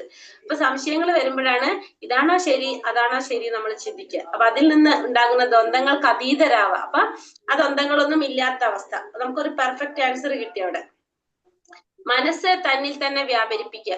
മനസ്സ് തന്നിൽ തന്നെ വ്യാപരിക്കുക എന്ന് വെച്ചാല് വേറെ ഒന്നിനെയും കുറിച്ച് ചിന്തിക്കാതെ, ഭൗതികമായിട്ടുള്ള ഒന്നിനെയും ശ്രദ്ധിക്കാതെ ആത്മാവിനെ കുറിച്ച് മാത്രം ചിന്തിച്ചു കൊണ്ടിരിക്കുക. ആത്മാവിന്റെ സാക്ഷാത്കാരത്തെ കുറിച്ച് മാത്രം ചിന്തിച്ചിരിക്കുക. അതാണ് മനസ്സ് തന്നിൽ തന്നെ വ്യാപരിക്കുന്നവരും എപ്പോഴും സകല ജീവജാലങ്ങളുടെയും ക്ഷേമൈശ്വര്യ പ്രവർത്തനങ്ങളിൽ തിരക്കിട്ട് പ്രവർത്തിച്ചു കൊണ്ടിരിക്കുക. എപ്പോഴും മറ്റുള്ളവരുടെ ക്ഷേമൈശ്വര്യ പ്രവർത്തനങ്ങളിൽ തിരക്കിട്ട് പ്രവർത്തിച്ചു കൊണ്ടിരിക്കുക എന്ന് മനസ്സിലായി കഴിഞ്ഞാല് നമുക്ക് നേടിയ ജ്ഞാനം, നമ്മളിപ്പോ ആത്മീയ ജ്ഞാനം, ഭഗവാനെ കുറിച്ച് നമ്മൾ മനസ്സിലാക്കിയ ജ്ഞാനം മറ്റുള്ളവർക്കും കൂടി പകർന്നു കൊടുക്കാൻ വേണ്ടിയിട്ട് അതിനു വേണ്ടി പരിശ്രമിച്ചു കൊണ്ടിരിക്കുക. ഇതാണ് മറ്റുള്ളവരുടെ ക്ഷേമൈശ്വര്യ പ്രവർത്തനങ്ങൾ എന്ന് പറഞ്ഞാൽ എന്താണ്, എല്ലാവരുടെയും ജനങ്ങളുടെ ക്ഷേമം എന്ന് പറഞ്ഞാല് ഭഗവത് സാക്ഷാത്കാരത്തിലേക്ക് നയിക്കുക, അതിലേക്ക് എത്തിക്കുക എന്നുള്ളതാണ് നമ്മൾ ചെയ്യുന്ന ക്ഷേമൈശ്വര്യ പ്രവർത്തനങ്ങൾ. അപ്പൊ നമുക്ക് മനസ്സിലായി, ഭഗവാനെ കുറിച്ച് മനസ്സിലാക്കുന്തോറും നമുക്ക് കിട്ടുന്ന സന്തോഷവും സമാധാനവും നമ്മൾ മനസ്സിലാക്കിയിട്ട് മറ്റുള്ളവരിലേക്കും കൂടി അത് എത്തിച്ചു കൊടുക്കാൻ പരിശ്രമിക്കുക. അങ്ങനെ ചെയ്തു കൊന്നവർക്ക് സർവ്വപാപങ്ങളിൽ നിന്നും മോചനം നേടിയിട്ടുള്ളവരുമായിട്ടുള്ളവർക്ക് ബ്രഹ്മനിർവാണം പോകാൻ സാധിക്കും. അപ്പൊ ഇങ്ങനെയുള്ളവർക്ക് എന്ത് സാധിക്കും, ബ്രഹ്മനിർവാണം പോകാനായിട്ട് സാധിക്കും. ബ്രഹ്മനിർവാണം എന്ന് വെച്ചാൽ എന്താണ്, ഈ ഭൗതികതയിൽ നിന്ന് ആത്മീയത്തിലേക്ക് കിടക്കുക. നമ്മളിപ്പോ എവിടെയാണ്, ഭൗതിക ലോകത്തിലാണ്. ഈ ഭൗതിക ലോകത്തിൽ നിന്ന് ആത്മീയ ലോകത്തിലേക്ക് പ്രവേശിക്കുന്നതിനാണ് നമ്മൾ എന്ത് പറയുന്നത്, ബ്രഹ്മനിർവാണം പോകുക എന്ന് പറയുന്നത്. ബ്രഹ്മനിർവാണം പോകുന്ന വെച്ചാൽ ഭൗതികത്തിൽ നിന്ന് ആത്മീയ ലോകത്തിലേക്ക് കടക്കുക. അതാണ് ബ്രഹ്മനിർവാണം പോകാൻ സാധിക്കുക. അത് എങ്ങനെയുള്ളവർക്കാണ് സാധിക്കുക, ഒന്ന് സംശയങ്ങളൊന്നും ഉണ്ടാവാൻ പാടില്ല, സംശയങ്ങളൊക്കെ തീർന്നു, ആത്മാവിന്റെ സാക്ഷാത്കാരത്തെ കുറിച്ച് മാത്രം ചിന്തിക്കുന്നു. പിന്നെ മറ്റുള്ള ജനങ്ങളുടെ ക്ഷേമൈശ്വര്യ പ്രവർത്തനങ്ങൾക്ക് വേണ്ടി പരിശ്രമിച്ചു കൊണ്ടിരിക്കുക. അങ്ങനെയുള്ളവർക്ക് എന്ത് സാധിക്കും, ഈ ഭൗതിക ലോകത്ത് നിന്ന് ആത്മീയ ലോകത്തിലേക്ക് കടക്കാനായിട്ട് സാധിക്കും. അതിനെയാണ് ബ്രഹ്മനിർവാണം പോകുക എന്ന് പറയുന്നത്. കാമക്രോധ വിമുക്താനാം യതീനാം യതചേതസാം അഭിതോ ബ്രഹ്മനിർവാണം വർത്തതേ വിദിതാത്മനാം. കാമക്രോധങ്ങൾ ഒഴിഞ്ഞ് അച്ചടക്കത്തോടെ പരിപൂർണതയ്ക്ക് വേണ്ടി അനവരതം യത്നിക്കുന്ന ആത്മസാക്ഷാത്കാരം നേടിയവർക്ക് അചിരേണ പരമപദ പ്രാപ്തി സുനിശ്ചിതമാണ്. അപ്പൊ ഈ കാമക്രോധങ്ങളെല്ലാം ഒഴിഞ്ഞ്, നമുക്ക് അവിടെ എന്തുണ്ടാവാൻ പാടില്ല, കാമവും ക്രോധവും ഒന്നും ഉണ്ടാവാൻ പാടില്ല. കാമക്രോധങ്ങളെല്ലാം ഒഴിഞ്ഞ് അച്ചടക്കത്തോടെ പരിപൂർണതയ്ക്ക് വേണ്ടി നമ്മൾ അനവരതം പ്രവർത്തിച്ചു കൊണ്ടിരിക്കുന്ന പ്രാപിക്കുന്നവരാണെങ്കിൽ അവർക്ക് എന്താണ്, അവർക്ക് അജിരാണ്, അവർക്ക് ഉറപ്പായിട്ടും എന്ത് സാധിക്കും, പരമപദ പ്രാപ്തി ഉറപ്പാണ്, ഭഗവാനെ പ്രാപിക്കാനായിട്ട് സാധിക്കുമെന്ന് ഉറപ്പാണ്. കാമക്രോധങ്ങളൊക്കെ ഇന്നലെ നമ്മൾ പറഞ്ഞില്ലേ, രാഗം ഭയം ക്രോധം. അപ്പൊ ഈ നമ്മളെ കാമക്രോധങ്ങളെല്ലാം ഒഴിഞ്ഞ് അച്ചടക്കത്തോടെ, അച്ചടക്കം, നമ്മള് ഭക്തി എന്ന് പറഞ്ഞാൽ എന്താണ് ശരിക്കും അവിടെ ഒരു അച്ചടക്കമായൊരു ജീവിതമാണ് ഭക്തി എന്ന് പറയുന്നത്. അപ്പൊ അച്ചടക്കത്തോടെ പരിപൂർണതയ്ക്ക് വേണ്ടി അനവരതം യത്നിക്കുന്ന ആത്മസാക്ഷാത്കാരം നേടിയവർക്ക് പരമപദപ്രാപ്തി സുനിശ്ചിതമാണ്. നോട്ടം കൊണ്ട് മാത്രമാണ് മത്സ്യം കുഞ്ഞുങ്ങളെ പോറ്റുന്നത്. ആമ ധ്യാനം കൊണ്ടും, ആമ കരയിലാണ് മുട്ടയിടുന്നത്, വെള്ളത്തിൽ കിടന്നുകൊണ്ട് ആ മുട്ടകളിൽ മനസ്സൂന്നുകയും ചെയ്യുന്നു. അതുപോലെ കൃഷ്ണാവബോധമുള്ള ഭക്തനും ഭഗവത് ധാമത്തിൽ നിന്ന് വിദൂരസ്ഥനെങ്കിലും നിരന്തരമായ ധ്യാനം കൊണ്ടും കൃഷ്ണാവബോധ പ്രവർത്തനം കൊണ്ടും ആ ധാമത്തിലേക്ക് സ്വയം ഉയരാം. ഭൗതിക ക്ലേശങ്ങളുടെ ആഘാതം അയാൾക്ക് അനുഭവപ്പെടില്ല. സദാ പരമപുരുഷനിൽ മുഴുകിയിരിക്കുന്നത് പോലെ പ്രാപഞ്ചിക ക്ലേശങ്ങൾ തീണ്ടാത്ത ഈ അവസ്ഥയാണ് ബ്രഹ്മനിർവാണം എന്ന് പറയുന്നത്. അപ്പൊ നോട്ടം കൊണ്ടാണ് മത്സ്യം എന്താണ് ചെയ്യുന്നത്, കുഞ്ഞുങ്ങളെ പോറ്റുന്നത്. അപ്പൊ മത്സ്യം കുഞ്ഞുങ്ങളെ പോറ്റുന്നത് എങ്ങനെയാണ്, നോട്ടത്തിലൂടെ. ആമയാണെങ്കിലോ ധ്യാനത്തിലൂടെ. ആമ കരയിൽ മുട്ടയിടും, അതിനുശേഷം ആമ വെള്ളത്തിൽ കിടന്ന് ആ മുട്ടകളില് മനസ്സൂന്നും. അങ്ങനെയാണ് എന്ത് ചെയ്യുന്നത്, ആമ കുഞ്ഞുങ്ങളെ പോറ്റുന്നത്. പിന്നെ അതേപോലെ തന്നെ കൃഷ്ണാവബോധത്തിലുള്ള ഒരു ഭക്തൻ, കൃഷ്ണാവബോധത്തിലുള്ള ഒരു ഭക്തൻ, ആ ഭക്തൻ എവിടെയാണ്, ഈ ഭൗതിക ലോകത്തിലാണ്. പക്ഷെ ഭഗവാൻ എവിടെയാണ്, ഭഗവാന്റെ ധാമത്തിൽ, ഗോലോക വൃന്ദാവനത്തിലാണ്. പക്ഷെ ഇത്രയും ദൂരത്തിലാണെങ്കിലും ഭഗവാനെ നിരന്തരം ധ്യാനിച്ചുകൊണ്ട് ആ ഭക്തൻ എന്ത് സാധിക്കും, ഗോലോകത്തിലേക്ക് പോകാനായിട്ട് സാധിക്കും. അതായത് ഈ ഭൗതിക ലോകത്തിൽ നിന്നുകൊണ്ടും ആ ഭക്തൻ നിരന്തരം ഭഗവാനെ കുറിച്ച് ചിന്തിച്ചു കൊണ്ടിരിക്കുകയാണ്. അപ്പോ ആ ഭക്തന് ഭഗവാന്റെ ലോകത്തിലേക്ക് സ്വയം ഉയരാനായിട്ട് സാധിക്കും, ധാമത്തിലേക്ക് സ്വയം. കാരണം മനസ്സുകൊണ്ട് ആ ഭക്തൻ എപ്പോഴും എവിടെയാണ്, അപ്പൊ ഭഗവാന്റെ അടുത്താണ്, എപ്പോഴും ഭഗവാനെ ധ്യാനിച്ചു കൊണ്ടിരിക്കുകയാണ്. അപ്പൊ നമ്മളിപ്പോ നോട്ടം കൊണ്ട് മത്സ്യം കുഞ്ഞുങ്ങളെ പോറ്റുന്നു, ധ്യാനം കൊണ്ട് ആമ പോറ്റുന്നു എന്ന് പറഞ്ഞ പോലെ ഒരു ഭക്തൻ നിരന്തരം ഭഗവാനെ കുറിച്ച് ചിന്തിച്ചു കൊണ്ടിരിക്കുന്നത് കൊണ്ട് എന്താണ്, സ്വയം ആ ചിന്തനത്തിലൂടെ ഭഗവാന്റെ ധാമത്തിലേക്ക് ഉയരാനായിട്ട് സാധിക്കും. അങ്ങനെ ഭൗതിക ക്ലേശങ്ങളുടെ ആഘാതം അങ്ങനെയുള്ള വ്യക്തികൾക്ക് അനുഭവപ്പെടുന്നില്ല. അങ്ങനെ ഭഗവാനിൽ സദാ മുഴുകിയിരിക്കുന്നത് മൂലം പ്രാപഞ്ചിക ക്ലേശങ്ങൾ നമുക്ക് ഉണ്ടാവില്ല. പ്രാപഞ്ചിക ക്ലേശങ്ങളൊന്നും ഇല്ലാത്ത അവസ്ഥയെ നമുക്ക് എന്ത് പറയാം, ബ്രഹ്മനിർവാണം എന്ന് പറയാം. പ്രാപഞ്ചിക ക്ലേശങ്ങൾ വെച്ചാല് ഈ ഭൗതിക പ്രപഞ്ചത്തിൽ നമുക്ക് ഉണ്ടാകുന്ന കുറെ ക്ലേശങ്ങൾ. ഇപ്പൊ നമുക്ക് ഭൗതിക പ്രപഞ്ചത്തിൽ നമുക്ക് ഉണ്ടാകുന്ന ക്ലേശങ്ങൾ, വെള്ളപ്പൊക്കം, പിന്നെന്താണ് അതിസഹിക്കാൻ പറ്റാത്ത ചൂട്, പിന്നെ ഉരുൾപൊട്ടൽ, അതൊക്കെ ഉണ്ടല്ലോ, അതൊക്കെ നമ്മള് പ്രാപഞ്ചിക ക്ലേശങ്ങളാണ്. പിന്നെ നമുക്ക് ഉണ്ടാകുന്ന പ്രശ്നങ്ങള്, നമുക്ക് അസുഖങ്ങൾ വരുന്നത്, ശത്രുക്കളെ കൊണ്ടുണ്ടാകുന്നത്, അതൊക്കെ എന്തിൽ വരുന്നതാണ്, പ്രാപഞ്ചിക ക്ലേശങ്ങളിൽ നിന്ന് വരുന്നതാണ്, ഭൗതികമായിട്ട് വരുന്നതല്ലാതെ. ഇത്തരങ്ങളൊന്നും ഇല്ലാത്തൊരവസ്ഥ, അതാണ് എന്ത്, ബ്രഹ്മനിർവാണം എന്ന് പറയാ. ഇതൊക്കെ നമുക്ക് മാറണമെങ്കിൽ എങ്ങനെയാണ് ചെയ്യുന്നത്, ഭഗവാനെ സ്മരിച്ചു കൊണ്ടിരിക്കുന്നത് മൂലം നമുക്ക് ഇതൊക്കെ മാറിപ്പോകും. അങ്ങനെയെല്ലാം മാറുന്നൊരവസ്ഥയാണ് ബ്രഹ്മനിർവാണം എന്ന് പറയുന്നത്. ഭോക്താരാം യജ്ഞതപസാം സർവലോകമഹേശ്വരം സുഹൃതം സർവഭൂതാനാം ജ്ഞാത്വാ മാം ശാന്തി മൃച്ഛതി. യജ്ഞങ്ങളുടെയും തപസ്സുകളുടെയും ഭോക്താവും ദേവന്മാരുടെയും സർവ്വലോകങ്ങളുടെയും അധിപനും എല്ലാ ജീവികളുടെയും സുഹൃത്തും അഭ്യുതകാംക്ഷിയുമാണ് ഞാനെന്ന് മനസ്സിലാക്കിയ തികഞ്ഞ കൃഷ്ണാവബോധമുള്ള വ്യക്തി ഭൗതിക ക്ലേശങ്ങൾ ഒഴിഞ്ഞ് ശാന്തി നേടുന്നു. എങ്ങനെയാണ് ഭഗവാനെ മനസ്സിലാക്കേണ്ടത്, യജ്ഞങ്ങളുടെയും തപസ്സുകളുടെയും ഭോക്താവാണ് ഭഗവാൻ, ദേവന്മാരുടെയും സർവ്വലോകങ്ങളുടെയും അധിപനാണ് ഭഗവാൻ, എല്ലാ ജീവജാലങ്ങളുടെയും സുഹൃത്തും അഭ്യുതകാംക്ഷിയുമാണ് ഭഗവാൻ. അങ്ങനെ മനസ്സിലാക്കിയ തികഞ്ഞ കൃഷ്ണാവബോധമുള്ള വ്യക്തി, അങ്ങനെ വ്യക്തിക്ക് ഭൗതികമായ ക്ലേശങ്ങളെല്ലാം ഒഴിഞ്ഞ് ശാന്തി നേടാനായിട്ട് സാധിക്കും. ഭഗവാനെ എങ്ങനെയാണ് ഭഗവാനെ മനസ്സിലാക്കേണ്ടത്, എല്ലാ യജ്ഞങ്ങളുടെയും തപസ്സുകളുടെയും ഭോക്താവ്. അപ്പൊ എല്ലാത്തിന്റെയും ഭോക്താവ് ആരാണ്, ഭഗവാൻ തന്നെയാണ്. എല്ലാതും ആർക്ക് വേണ്ടിയിട്ടാണ് സമർപ്പിക്കേണ്ടത്, ഭഗവാന് വേണ്ടിയിട്ടാണ് സമർപ്പിക്കേണ്ടത്. പിന്നെ ദേവന്മാരുടെ അധിപനാണ് ഭഗവാൻ, എല്ലാ ദേവന്മാരുടെയും അധിപൻ ഭഗവാനാണ്. സർവ്വലോകങ്ങളുടെയും നാഥനാണ് ഭഗവാൻ, എല്ലാ ജീവികളുടെയും സുഹൃത്താണ് ഭഗവാൻ, എല്ലാവരുടെയും അഭ്യുതകാംക്ഷിയാണ് ഭഗവാൻ. അങ്ങനെ ഭഗവാനെ മനസ്സിലാക്കി കഴിഞ്ഞാൽ തികഞ്ഞ കൃഷ്ണാവബോധമുള്ള വ്യക്തിക്ക് ഭൗതികമായ ക്ലേശങ്ങളെല്ലാം ഒഴിഞ്ഞ് ശാന്തി നേടാനായിട്ട് സാധിക്കും. അപ്പൊ ഭൗതിക ക്ലേശങ്ങളെല്ലാം ഒഴിഞ്ഞ് ശാന്തി നേടണമെങ്കിൽ നമുക്ക് ഭഗവാനെ ശരിയായ രീതിയിൽ ഭഗവാനെ മനസ്സിലാക്കണം. ഈ ശ്ലോകം ശാന്തി ശ്ലോകം എന്നാണ് അറിയപ്പെടുന്നത്. ഭഗവത്ഗീതയിലെ ശാന്തി ശ്ലോകം എന്നറിയപ്പെടുന്ന ശ്ലോകമാണിത്. 5-ാമത്തെ ഇതില് 29-ാമത്തെ ശ്ലോകം ശാന്തി ശ്ലോകം എന്നറിയപ്പെടുന്നു. ഇതില് അപ്പൊ പറഞ്ഞെന്താണ്, ഭഗവാൻ എല്ലാ യജ്ഞങ്ങളുടെയും തപസ്സുകളുടെയും ഭോക്താവാണ് ഭഗവാൻ, എല്ലാ ദേവന്മാരുടെയും സർവ്വലോകങ്ങളുടെയും അധിപനാണ് ഭഗവാൻ, എല്ലാ ജീവികളുടെയും സുഹൃത്തും അഭ്യുതകാംക്ഷിയുമാണ് ഭഗവാൻ.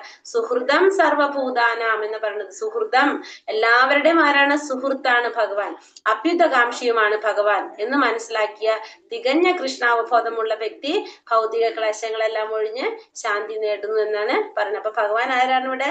പരമ ആസ്വാദകനാണ്, പരമ അധികാരിയാണ്, പരമ സുഹൃത്താണ്. ആ സത്യം നമ്മൾ എപ്പോഴും ഓർക്കണം. ഭഗവാനുടെ പരമാധികാരിയാണ്, പരമമായ ഭോക്താവാണ്, നമ്മുടെ സുഹൃത്താണ് ഭഗവാൻ, അഭ്യുതകാംക്ഷിയാണ് ഭഗവാൻ. അതിങ്ങനെയാണ് ഭഗവാനെ നമ്മൾ മനസ്സിലാക്കേണ്ടത്. ഹരേ കൃഷ്ണ കൃഷ്ണ കൃഷ്ണ ഹരേ ഹരേ, ഹരേ രാമ രാമ രാമ ഹരേ ഹരേ. വഞ്ചാകൽപതരൂപേശ്ച കൃപാ സിന്ധോഭ്യവച പതിതാനാം പാവനേഭ്യോ വൈഷ്ണവേഭ്യോ നമോ നമഃ.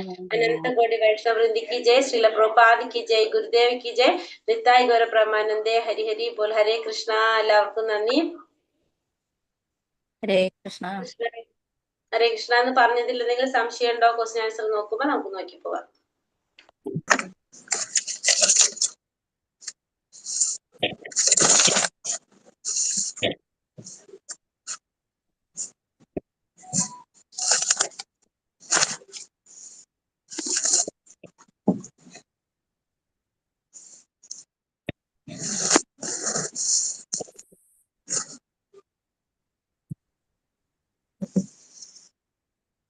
അടുത്ത ക്വസ്റ്റ്യൻ ഏതാണ്? ഏറ്റവും നല്ല കർമ്മം ഏതാണെന്നാണ് ഭഗവാൻ പറയുന്നത്. ഏതാണ്?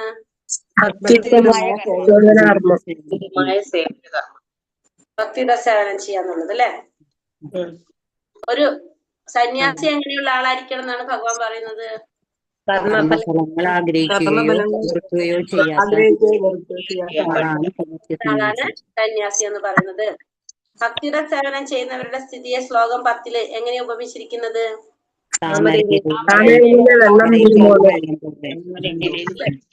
എത്ര നല്ല എക്സാമ്പിളാ ഭഗവാൻ പറഞ്ഞത് അല്ലെ. കാരണം നമുക്ക് പെട്ടെന്ന് മനസ്സിലാവും ഭക്തിയുടെ സേവനം ചെയ്താല് എന്താ ഗുണം എന്നുള്ളത്. 12ാമത്തെ ശ്ലോകത്തില് കൃഷ്ണാവബോധത്തിലുള്ളവനും ശാരീരിക ബോധത്തിലുള്ളവനും തമ്മിലുള്ള വ്യത്യാസം എന്താണ്? കൃഷ്ണാവബോധത്തിലുള്ളതിന് സമാധാനം കിട്ടുന്ന, ശാരീരിക ഭഗവാനിൽ ഏൽപ്പിക്കുന്നവരായിരിക്കും. ശാരീരിക ബോധത്തിലുള്ളവർ തന്റെ കർമ്മഫലങ്ങളിൽ അത്യാഗ്രഹിയാകിയാൽ അതിൽപ്പെട്ട് വലയുന്നു. ശാരീരിക ബോധത്തിലുള്ള കർമ്മം ചെയ്യുന്ന ആർക്ക് വേണ്ടിയിട്ടാ? നമ്മുടെ സന്തോഷത്തിന് വേണ്ടിയിട്ടാണ് നമ്മളൊക്കെ ചെയ്യുന്നത്. പക്ഷെ കൃഷ്ണാവബോധത്തിലുള്ള വ്യക്തി ചെയ്യുന്നത് ആർക്ക് വേണ്ടിയിട്ടാ? ഭഗവാന് വേണ്ടിയിട്ട്. നമ്മളിപ്പോ ഒരു പച്ചക്കറി കടയിൽ നമ്മളും കൃഷ്ണാവബോധത്തിലുള്ള ഒരു വ്യക്തിയും നമ്മളും ശാരീരിക ബോധത്തിലുള്ള ഒരു വ്യക്തിയും പച്ചക്കറി കടയിൽ പോയി. നമ്മൾ നോക്കുമ്പോ രണ്ടുപേരും എന്ത് മേടിക്കാണ്? പച്ചക്കറി മേടിക്കാണ്. അപ്പൊ നമുക്ക് തോന്നും ഇവര് രണ്ടുപേരും ചെയ്യണത് ഒരു പ്രവൃത്തി തന്നെയല്ലേ. പക്ഷെ കൃഷ്ണാവബോധത്തിലുള്ള ഒരു വ്യക്തി പച്ചക്കറി മേടിക്കുമ്പോ ഒരു കോളിഫ്ലവർ മേടിക്കാന്ന് വിചാരിക്കും. രണ്ടുപേരും കോളിഫ്ലവർ മേടിക്കുക. രണ്ടുപേരും കോളിഫ്ലവർ ഇങ്ങനെ നോക്കി നല്ല കോളിഫ്ലവർ ആണെന്നൊക്കെ നോക്കി മേടിക്കുക. അപ്പൊ നമ്മൾ നോക്കുമ്പോ രണ്ടാളും ചെയ്യുന്നത് ഒരേ ഒരു കാര്യം. നമ്മൾ കാഴ്ചക്കാരായിട്ട് നോക്കി നിൽക്കുക. പക്ഷെ കൃഷ്ണാവബോധത്തിലുള്ള വ്യക്തി ആ കോളിഫ്ലവർ എടുത്ത് നോക്കുന്നത് ഇത് ഭഗവാന് കൊടുക്കാൻ വേണ്ടിയിട്ടുള്ളതാണ്. ഭഗവാന് പ്രസാദം ഉണ്ടാക്കിയിട്ട് ഭഗവാന് സമർപ്പിക്കാനുള്ളതാണ്. അപ്പൊ അത് നല്ലതാണോ, അതിനെന്തെങ്കിലും കേടുകളുണ്ടോ എന്നൊക്കെ നോക്കിയിട്ടാണ് കൃഷ്ണാവബോധത്തിലുള്ള വ്യക്തി മേടിക്കുന്നത്. മറ്റേ വ്യക്തി എനിക്ക് കഴിക്കാനുള്ളതാണല്ലോ, അതിൽ വല്ല പുഴുക്കേടുണ്ടോ എന്തെങ്കിലും ഉണ്ടോ നോക്കുന്ന ആ വ്യക്തി നോക്കി മേടിക്കുന്നത്. രണ്ടുപേരും പൈസ കൊടുത്തു.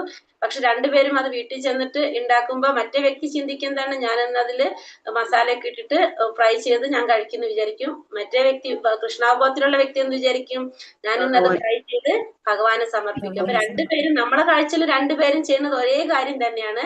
പക്ഷെ ഒരു വ്യക്തി അത് മുഴുവനും ആർക്ക് വേണ്ടി മാത്രമാണ് ചിന്തിക്കുന്നത്? ഭഗവാന് വേണ്ടി മാത്രം ചിന്തിക്കുന്നു. മറ്റേ വ്യക്തി മാത്രം ചിന്തിക്കുന്നു. മനസ്സിലാവുണ്ടോ? അങ്ങനെയാണ് കൃഷ്ണാവബോധത്തിലുള്ള ചെയ്യുന്ന ഒരു വ്യക്തിയുടെയും ശാരീരിക ബോധത്തിൽ ചെയ്യുന്നവരുടെയും വ്യത്യാസം. അപ്പൊ പുറത്തുനിന്ന് കാണുന്നവർക്ക് രണ്ടും ഒരേപോലെയാണ്, ഒരു വ്യത്യാസം നമുക്ക് തോന്നില്ല. പക്ഷെ ഒരാള് എല്ലാം ഭഗവാന് വേണ്ടി ചെയ്യുന്നു, ഒരാളെല്ലാം തനിക്ക് വേണ്ടി ചെയ്യുന്നു. 17ാമത്തെ ശ്ലോകത്തിൽ എങ്ങനെയുള്ളവർക്കാണ് മുക്തി മാർഗത്തിൽ മുന്നേറാൻ സാധിക്കുന്നതെന്ന് പറയുന്നത്? ബുദ്ധിയും മനസ്സും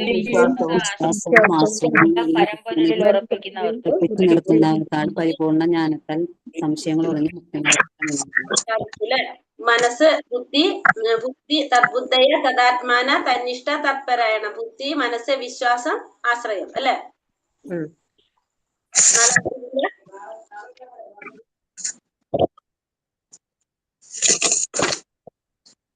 ആശ്രയം. ഓക്കെ. അപ്പൊ 4 കാര്യങ്ങള് ഭഗവാന് സമർപ്പിച്ച് ചെയ്യുന്നവർക്ക് മുക്തിമാർഗത്തിൽ മുന്നേറാൻ സാധിക്കും. 18ാമത്തെ ശ്ലോകത്തിൽ എന്തിനെ കുറിച്ചാ പറയുന്നത്? 18ാമത്തെ അല്ലല്ലോ വായിച്ചത്. 18ാമത്തെ ശ്ലോകത്തിൽ എന്തിനെ കുറിച്ചാ പറയുന്നത്? ജ്ഞാനീയനായ പണ്ഡിതൻ എല്ലാവരെയും സമദൃഷ്ടിയോടെ കാണണം. എല്ലാ ജീവജാലങ്ങളെയും സമന്മാരെ എല്ലാ ജീവജാലങ്ങളിലും ഭഗവാനെ സ്പർശിക്കണം. എല്ലാവരെയും ബുദ്ധിയും വിനയമുള്ള പണ്ഡിതന്മാർക്ക് എന്ത് സാധിക്കുന്ന പറഞ്ഞത്? എല്ലാവരെയും സമഭാവനയോടെ കാണാനായിട്ട് സാധിക്കും. ആ വ്യക്തിക്ക് എന്തറിയാം? ഇന്ന് എന്റെ ഉള്ളിലിരിക്കുന്ന പരമാത്മാവ് എന്റെ ഉള്ളിലുണ്ട്. ആ എന്താ പറയാ, മൃഗങ്ങളുടെ ആയാലും ചണ്ടാലന്റെ ആയാലും എല്ലാവരുടെ ഉള്ളിലിരിക്കുന്നത് ഒരേ പരമാത്മാവാണ്. ജീവാത്മാവ് എങ്ങനെയാ പറയുന്നത് നമുക്ക് മനസ്സിലാക്കാൻ സാധിക്കും. ഇന്ന് ഇപ്പൊ ഞാൻ ചെയ്ത പൂർവ്വജന്മത്തിൽ ചെയ്ത കർമ്മത്തിന്റെ ഫലമായിട്ട് ഞാനിപ്പോ ഒരു മനുഷ്യ ശരീരം സ്വീകരിച്ചു. നാളെ ചിലപ്പോ എനിക്ക് മൃഗത്തിന്റെ ശരീരമായിരിക്കും കിട്ടാൻ സാധിക്കുന്നത്. അവര് ചെയ്ത കർമ്മത്തിന്റെ ഫലമായിട്ടാണ് ഈ ശരീരങ്ങൾ ഇങ്ങനെ കിട്ടിക്കൊണ്ടിരിക്കുന്നത് എന്നുള്ളത് ആർക്കറിയാം? ഇതൊന്നും സ്ഥിരമായിട്ടുള്ളതല്ല, അത് മാറിക്കൊണ്ടേയിരിക്കുന്നതാണ് അല്ലെ? അത് ആർക്കറിയാൻ സാധിക്കും? ഈ പണ്ഡിതൻ അറിയാനായിട്ട് സാധിക്കും. അതുകൊണ്ട് എല്ലാവരെയും ഒരുപോലെ കാണാനായിട്ട് പണ്ഡിതൻ ശ്രമിക്കുന്നു. മനസ്സിലായോ? 5 ഇന്ദ്രിയങ്ങൾ കൊണ്ട് ഉള്ള ആസ്വാദനത്തിന്റെ ഫലമായിട്ടുണ്ടാകുന്ന ദുഃഖം ഉദാഹരണ സഹിതം എങ്ങനെയാണ്? കണ്ണ്, ചെയ്യാൻ പറ്റേ, ചെവി, ഓടക്കുഴലിന് ആമയുടെ ഉദാഹരണം ത്വക്ക്, താമരയുടെ ഉദാഹരണം മൂക്കിന്റെ, പിന്നെ മത്സ്യത്തിന്റെ 7ാമത്തെ പുസ്തകം. പിന്നെ നാക്ക് മീനിനെ പിടിക്കാൻ മനസ്സിലായല്ലോ? നമ്മള് ആസ്വാദനത്തിന്റെ, മാന്റെ ചെവിയുടെ ആസ്വാദനത്തിന്റെ അല്ലെ? ഇല്ലല്ലേ? ഒരു ക്വസ്റ്റ്യൻ വിട്ടു എന്നല്ലേ പറഞ്ഞു മാതാജി? 7ാമത്തെ ക്വസ്റ്റ്യൻ. ലഭിച്ച വ്യക്തിയുടെ ലക്ഷണങ്ങൾ എന്തൊക്കെയാണ്? സന്തോഷം കൂടുതൽ ദുഃഖിക്കുന്നില്ലേ? സന്തോഷം വന്നാലും സങ്കടം വന്നാലും അയാൾ എന്തില്ല, അയാൾക്കറിയാതൊന്നും. ഇതിനെല്ലാത്തിനും ആദ്യവും അവസാനമൊക്കെ ഉണ്ടെന്ന് ആർക്കറിയാം? ആത്മസാക്ഷാത്കാരം നേടിയ വ്യക്തിക്കറിയാം. അതുകൊണ്ട് സന്തോഷം വന്നാൽ കൂടുതൽ സന്തോഷിക്കുന്നില്ല, ദുഃഖം വന്നാൽ കൂടുതൽ ദുഃഖിക്കുക. ഇതൊന്നും ശാശ്വതമല്ലാന്ന് ആർക്കറിയാം? ആത്മസാക്ഷാത്കാരം നേടിയ വ്യക്തിക്ക് അറിയാനായിട്ട് സാധിക്കും. ബ്രഹ്മനിർവാണം എന്ന് വെച്ചാൽ എന്താണ്? പരമപുരുഷന് ഭൗതികത്തിൽ നിന്ന് ആത്മീയത്തിലേക്ക് കടക്കുന്നതിന് ഭൗതിക ലോകത്തിൽ നിന്ന് അതീതനാവുക. ഭൗതികങ്ങൾക്ക് അതീതനാവുക. അതെ, അതാണ് ബ്രഹ്മനിർവാണം എന്ന് പറഞ്ഞാല്. ഭഗവത്ഗീതയിൽ ശാന്തി ശ്ലോകം എന്നറിയപ്പെടുന്ന ശ്ലോകം 5:29. ഭൗതികതയിൽ നിന്ന് ആത്മീയത്തിലേക്ക് കടക്കുക. അതാണ് ബ്രഹ്മനിർവാണം എന്ന് പറഞ്ഞാൽ ഭൗതികതയിൽ നിന്ന് ആത്മീയത്തിലേക്ക് കടക്കുന്നത്. അല്ലെങ്കിൽ ഭൗതികങ്ങൾക്ക്